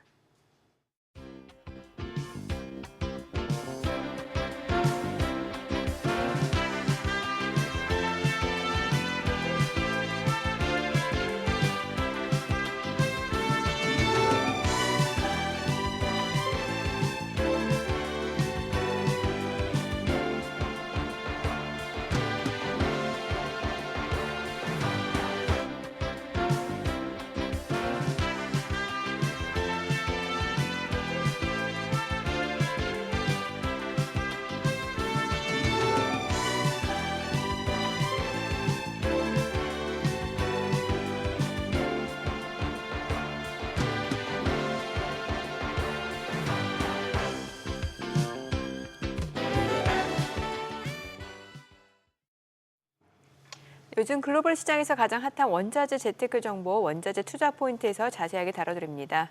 네, 오늘은 대신증권 FICC 리서치 최진영 팀장님 전화 연결되어 있습니다. 안녕하세요, 최 팀장님. 예, 안녕하십니까. 네, 오늘 어떤 소식 가져오셨나요? 예, 오늘은 이제 트럼프 2기 행정부 출범을 갖다가 앞두고 있으면서 이제 좀 금융시장이 좀 빠르게 재편되고 있는데요. 오늘은 이제 트럼프 시대에 맞춰서 금 투자에 대해서는 어떤 포지션을 취하면서 우리 포트폴리오를 구성하면 좋을지 짚어드리도록 하겠습니다. 네, 트럼프 당선 이후 고공행진을 이어가던 금값이 3년 만에 지금 가장 큰 하락폭을 기록하게 됐는데 최근에는 다시 한번 좀 반등을 나타내면서 회복 흐름을 보여주고 있죠. 예, 뭐 트럼프 트레이드 만나면서 말씀하신 대로 온스당 2,800달러 도달했었던 금 가격이 조정 후에 다시 또 뭐 반등을 시도하고 있긴 하네요. 근데 이제 그 폭 자체가 굉장히 좀 제한된 상태입니다. 근데 이제 중요한 점은 앞으로의 방향성 선상에서 우리가 금에 대해서 어떻게 바라봐야 되는가?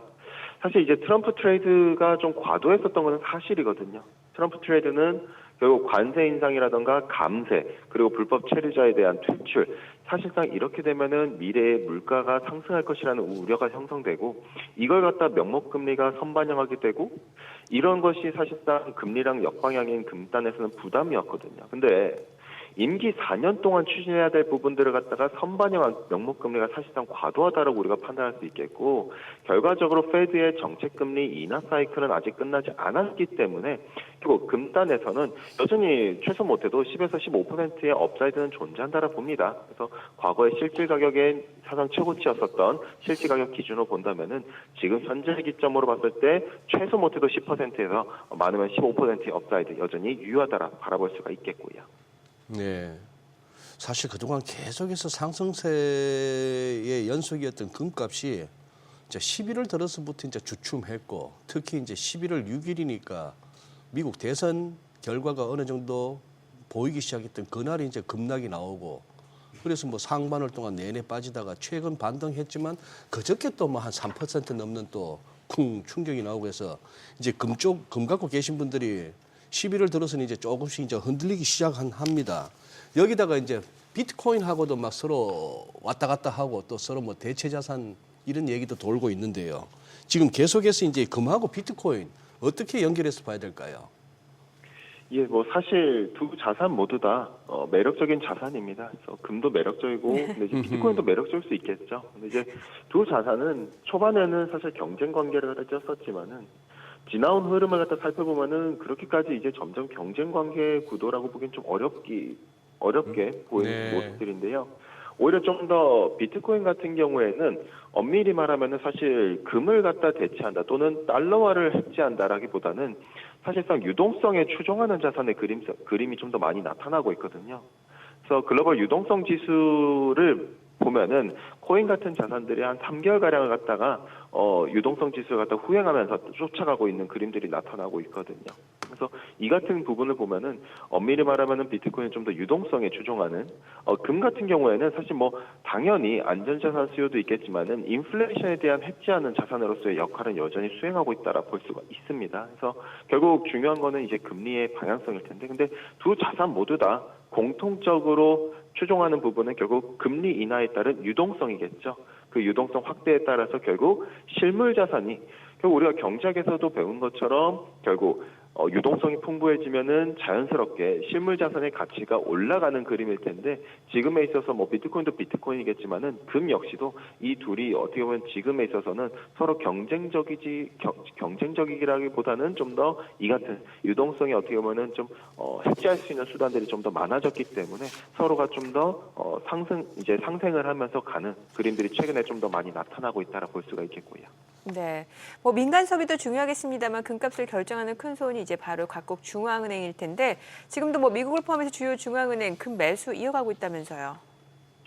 예, 맞습니다. 그래서 중앙은행들 같은 경우에는 여전히 금에 대해서는 좀 더 긍정적으로, 낙관적으로 매입을 갖다가 하고 있는데, 물론 작년 말과 비교했었을 때 또는 2022년 말부터, 그리고 특히나 작년 말과 비교했을 때는 금에 대한 매입의 이런 추세 자체가 약간 좀 톤다운된 건 사실입니다.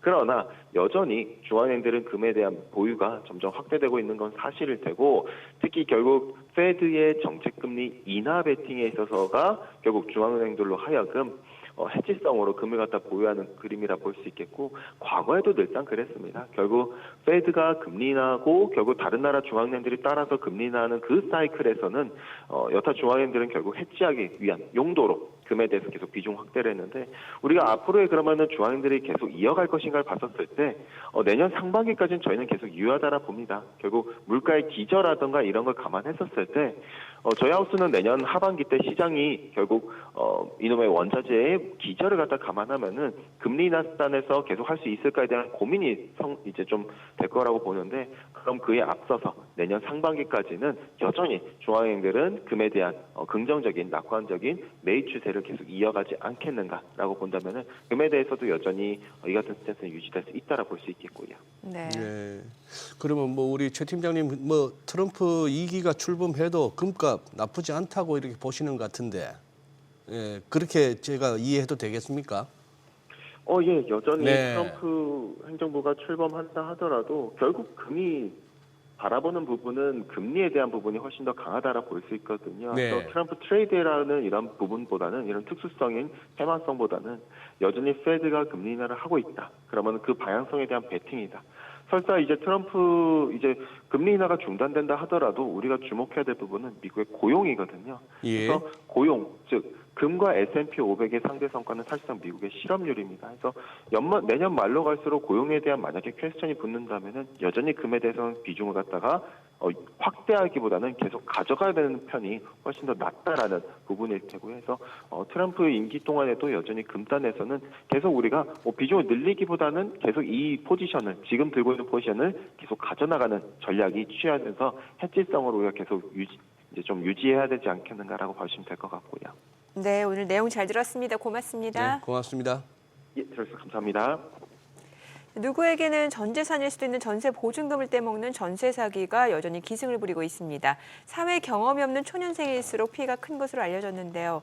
전세 사기 피해 구제가 쉽지 않은 가운데 의미 있는 판결이 나와서 눈길을 끌고 있습니다. 네, 뭐 다소 답답한 얘기지만 또 알아야 당하지는 않겠죠.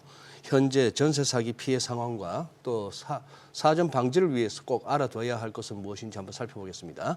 정의원 변호사 자리했습니다. 어서 오세요, 정 변호사님. 네, 이거 벌써 많이 다뤄주셨다, 그죠, 정 변호사님이? 네네. 지금 어디까지 이 얘기 나온 지 벌써 한 2년 다 돼 가지 않습니까? 네, 맞습니다. 어디까지 진행됐습니까, 지금? 지금 현재 국토교통부 전세사기 네. 피해 지원위원회가 지금 활동 중에 있는데요. 네. 이 지원위원회는 이달 6일부터 세 차례 전체 회의를 열어서 피해자의 신청 건수 1,823건 중에 938건을 가결했습니다. 전세사기 피해자로 인정이 되려면 4가지 요건을 충족을 해야 되는데요. 첫 번째로는 대학력을 확보해야 되고 또 두 번째로는 보증금이 3억 원 이하여야만 됩니다. 또 경매와 공매가 개시되어서 보증금을 환수받았다면 피해자가 될 수가 없고요. 마지막으로는 보증금 미반환에 대한 고의가 입증이 되어야 됩니다. 이러한 요건을 충족하지 못한 520건에 대해서는 이번에도 부결이 되었는데요. 이로써 지난해 6월 1일 특별법이 시행된 이후에 피해자로 결정된 총수는 24,668명으로 집계가 되고 있습니다. 좀 전에 말씀하신 대학력은 어떤 겁니까? 그러니까는 우리가 이제 전세 계약을 체결해서 살고 있다라고 예. 했을 때 전세 세입자 같은 경우는 최우선순위로 변제를 받을 수 있는 권한을 받게 되는데 이것들을 네. 대학력이라고 하거든요. 예. 그 경우에는 내가 만약 경매나 공매라 넘어가더라도 대학력을 가지고 있으면 최우선순위로 변제를 받을 수 있는 권리를 가지고 있다 이렇게 보시면 됩니다. 근데 이게 전세 사기 피해자 연령대가 대부분 20, 30대로 굉장히 젊은 것으로 지금 집계가 되는 것 같은데 사실 이제 월세보다는 뭔가 돈 모아가지고 전세로 옮기는 경우 굉장히 많잖아요. 그럼 이 보증금 피해가 상당하겠네요. 네, 맞습니다. 국토교통부 발표에 따르면요. 올해 10월 기준에 피해자들 중에서 연령대별로 한번 살펴봤더니 30대가 48.2%로 가장 많았고요. 20대가 25.7%, 40대가 14.6%로 그 뒤를 이었습니다. 결국에는 청년들의 차지하는 2030 비율이 70%가 넘는다는 수치인데요. 청년들의 주거 빈곤 문제를 다시 한번 생각해봐야 되는 것이 아니냐 이런 이야기가 나돌고 있거든요. 결국에는 그 한국도시연구소가 2020년도에 발표한 내용에 따르면 전체 청년 가구 중에 11%가 넘는 수치가 최저 주거 기준에 미달하는 곳에 살고 있다라고 하는데 이 최저 주거 기준이라고 함은 4평 이상의 집에서 살고 있을 것 그리고 뭐 통기시설이라든지 황푼시설, 그러면 수도시설을 갖춘 곳에 살고 있을 것 이런 기준들이 있는데 네. 이런 최소한의 기준도 충족되지 못한 곳에 살고 있는 청년들의 비중이 11%가 넘는다 이런 보고가 있었고요. 더욱 심각한 건 서울의 상황이었는데 서울 청년들의 17% 이상이 또 이런 최저 기준에 미달하는 주거 환경에 있다라는 보고가 있어 왔습니다. 결국에는 수도권의 양질의 일자리가 많이 몰리는 만큼 청년들이 많이 모이게 되는데 주거 비용에 대한 부담은 굉장히 높기 때문에 이 청년들의 주거 환경이 점점 안 좋아지는 것 아니냐 이런 얘기가 나오고 있는데 결국 서울이나 수도권에 거주하고 있는 청년들 중에서 주거 비용에 대한 부담감을 많이 느끼는 청년들이 이 전세 사기에 타겟이 된 것 아니냐 이런 이야기가 나오고 있습니다. 그러니까요. 자, 이제 이렇게 되면 이제 정부에서 피해자들을 구제한다. 뭐 무슨 일 터질 때마다 정부에서 구제한다.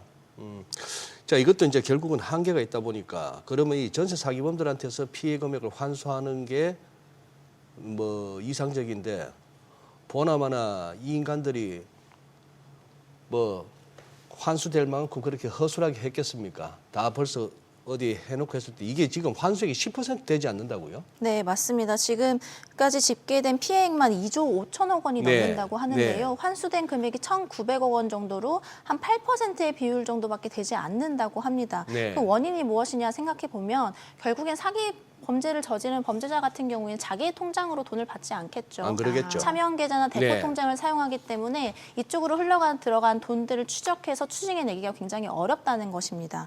두 번째로는 전세 사기의 또 특징이 있는데 범죄 시점과 범죄를 인지하는 시점 간의 차이가 굉장히 길다는 것이죠. 전세 계약을 체결할 당시에는 내가 범죄 피해자가 된 줄을 모릅니다. 모르죠. 전세 기간이 만료된 2년에서 4년 이후에 이르러서야 보증금을 받지 못하게 되자 자신이 네. 피해자인지를 인지하게 되는 것인데 그 기간 동안 이미 범죄 수익금들은 뭐 소비되거나 아니면 은닉되거나 하는 수가 굉장히 많은 것이죠. 네. 마지막으로 전문가들이 좀 지적하고 있는 부분은 법령 미비인데요. 기소 전에 몰수나 추징을 할 수 있는 근거 법령이 있습니다. 네. 그러니까 재판을 받아서 형이 확정되기도 전에 미리 범죄 수익금을 몰수하거나 환수하는 조치가 있는데 이건 특정 범죄에 한해서만 그렇게 할 수 있도록 법이 규정되어 있거든요. 네. 그런데 전세 사기는 이 범죄에 해당되지 않는 것이죠. 따라서 미리 몰수나 추징을 하는데 일정 한계가 있는 상황이다 이렇게 보고 있어서 여러 가지 요인들로 인해서 범죄 수익금 환수가 조금 어려운 상황인 것으로 보입니다. 네. 근데 이번에 의회 판결이 있어요. 지금 내용을 보니까 그 부산에서 180억 원대 전세 사기를 저지른 혐의로 이제 재판에 넘겨진 50대. 그런데 징역 15년이 확정이 됐어요. 이게 사실 사기 혐의가 입증하기가 굉장히 어렵다고 하는데 또 의회 판결이긴 하네요.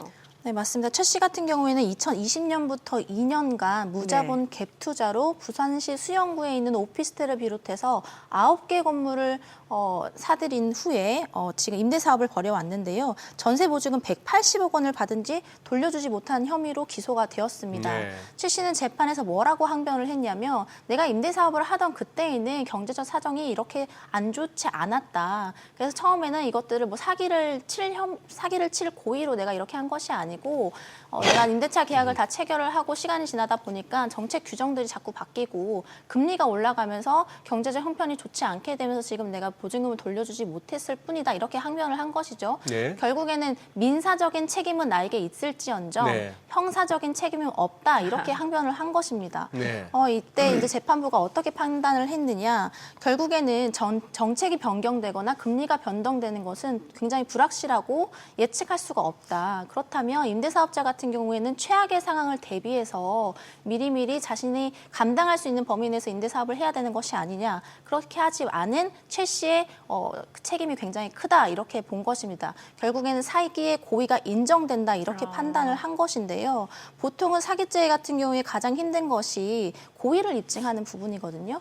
예를 들어서 돈을 빌렸는데 돈을 갚지 않았다고 해서 바로 사기가 되는 것은 아닙니다. 예. 돈을 빌릴 때 내가 이것들을 갚지 않겠다 혹은 갚을 능력이 전혀 없다라는 점이 입증되어야지만 사기가 인정되는 것인데 전세 사기도 마찬가지인 것이죠. 내가 임대차 계약을 체결할 당시에 이미 이 돈을 갚지 않겠다, 돌려주지 않겠다 이렇게 의도가 있었거나 아니면 그럴 능력이 없었다는 점이 입증되어야 하는 것인데 이 부분을 입증해 나가는 게 굉장히 까다롭고 어렵습니다. 근데 이번에 재판부의 판결에 따르면 자신의 능력 범위를 초과해서 무분별하게 임대 사업을 벌인 것 자체는 미필적으로나마 내가 어떤 상황에 처했을 때 돌려주지 못했던 것들을 인지할 수 있었던 것 아니냐 이런 판단으로 보이거든요.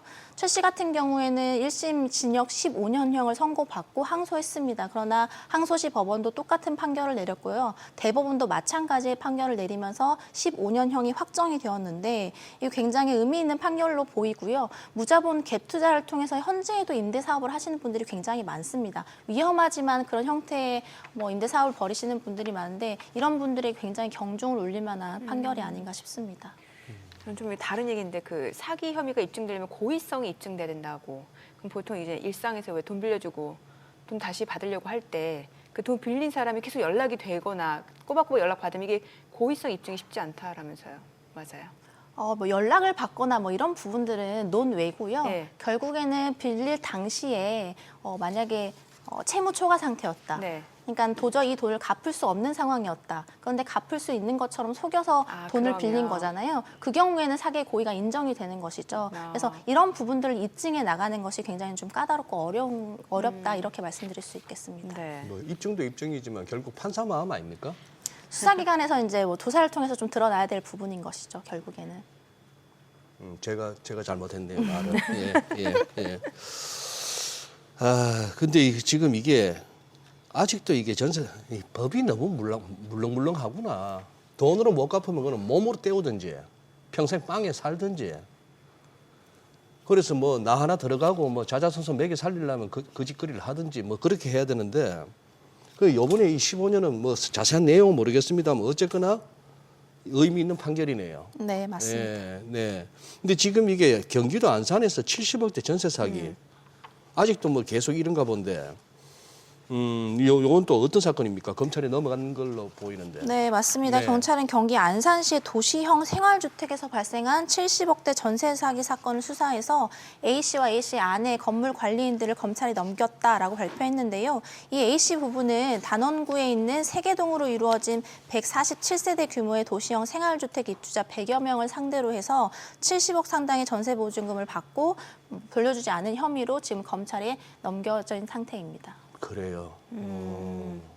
그럼 이게 결국에는 애초에 이제 전세 사기를 안 당하는 게 중요하다라는 맞습니다. 거잖아요. 그러면 좀 계약을 안전하게 할 수 있는 방법 없을까요? 이게 다 부동산 중개업소 끼고 할 텐데. 뭐 중개업자를 끼고 할지라도 지금 전세 사기가 굉장히 그러게요. 많이 발생하고 있기 때문에 그리고 지금 전세 사기에서 기소된 자들을 한번 살펴보면 공인중개사나 보조원들의 비율도 굉장히 높거든요. 네네네. 그래서 본인이 상식을 가지고 글쎄. 지식을 가지고 전세 계약을 체결하는 것이 가장 안전하다 이렇게 네. 말씀드릴 수가 있는데 사실 전세 계약 핵심 체크리스트는 제가 이 자리에서도 몇 번 네, 말씀을 드린 맞아요. 바가 있습니다. 네, 네. 그래서 이제 한번 살펴보시면 좋을 것 같고요. 제가 오늘 이 자리에서 몇 가지 짚어드릴 것은 좀 특수한 경우에 특별히 조심할 것들이 뭐가 네네. 있을까라는 부분들을 말씀드리고 싶은데 첫 번째로 다가구 주택입니다. 이 다가구 주택 같은 경우에는 하나의 등기로 이루어진 건물인데 이 건물에 여러 세대가 살지라도 등기는 하나거든요. 따라서 다가구 주택에 내가 전세 세입자로 들어가겠다. 이 경우에는 선순위 임차인이 몇 명이 있고 그 임차 보증금이 총 얼마가 있는지를 반드시 확인하셔야 됩니다. 만약에 경매나 공매에 넘어가게 된다면 선순위 임차인 순서대로 보증금을 돌려받게 되기 때문에 나의 몫이 줄어들 수가 있거든요. 네. 그래서 이 다가구 주택의 건물의 시세가 얼마이고 시세 대비 얼마만큼의 임대차 보증금을 가지고 있는지를 확인을 하셔야 되는데 어떻게 확인을 하시냐. 확정일자 부여 현황을 발급해 보시면 되는데요. 네. 이거는 소유주나 임차인만 발급이 가능하기 때문에 계약 당시에 공인중개사를 통해서 소유주에게 해당 문서를 좀 발급해 달라고 요청을 하시면 됩니다. 두 번째로는 이 부분들을 많이 좀 간과하시는 부분들도 있는데 건축법 위반 여부도 한번 확인해 보시는 것이 네네. 좋은데요. 건축물 대장을 발급해 보시면 확인이 간단하게 가능합니다. 불법 증축된 건물이다. 이 경우에는 이제 건축법 위반된 건물인 것이죠. 이 경우에는 전세 그 대출이 잘 나오지 않을 수 있고요. 보증보험 가입도 어려울 수 있습니다.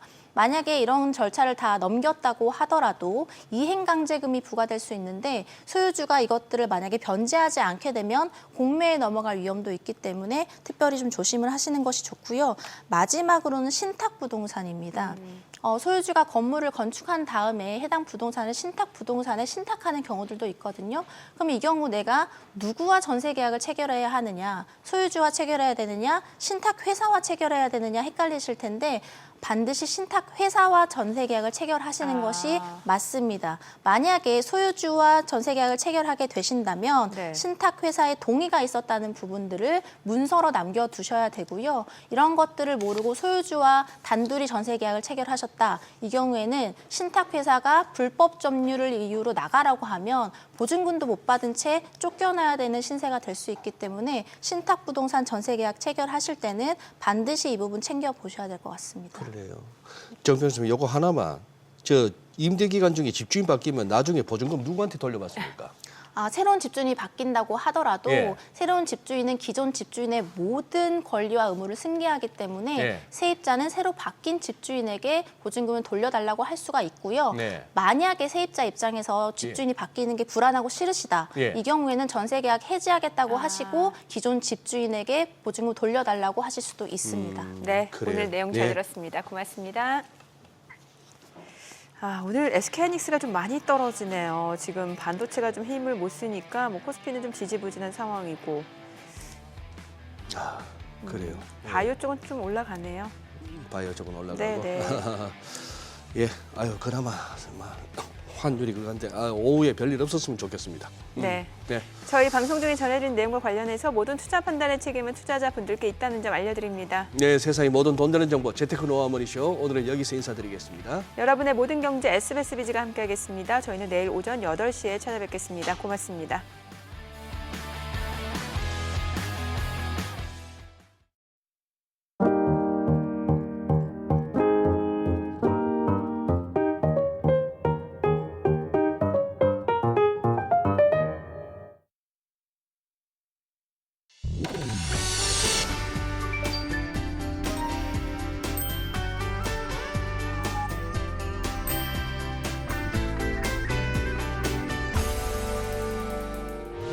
의견 있는 경제 채널 SBS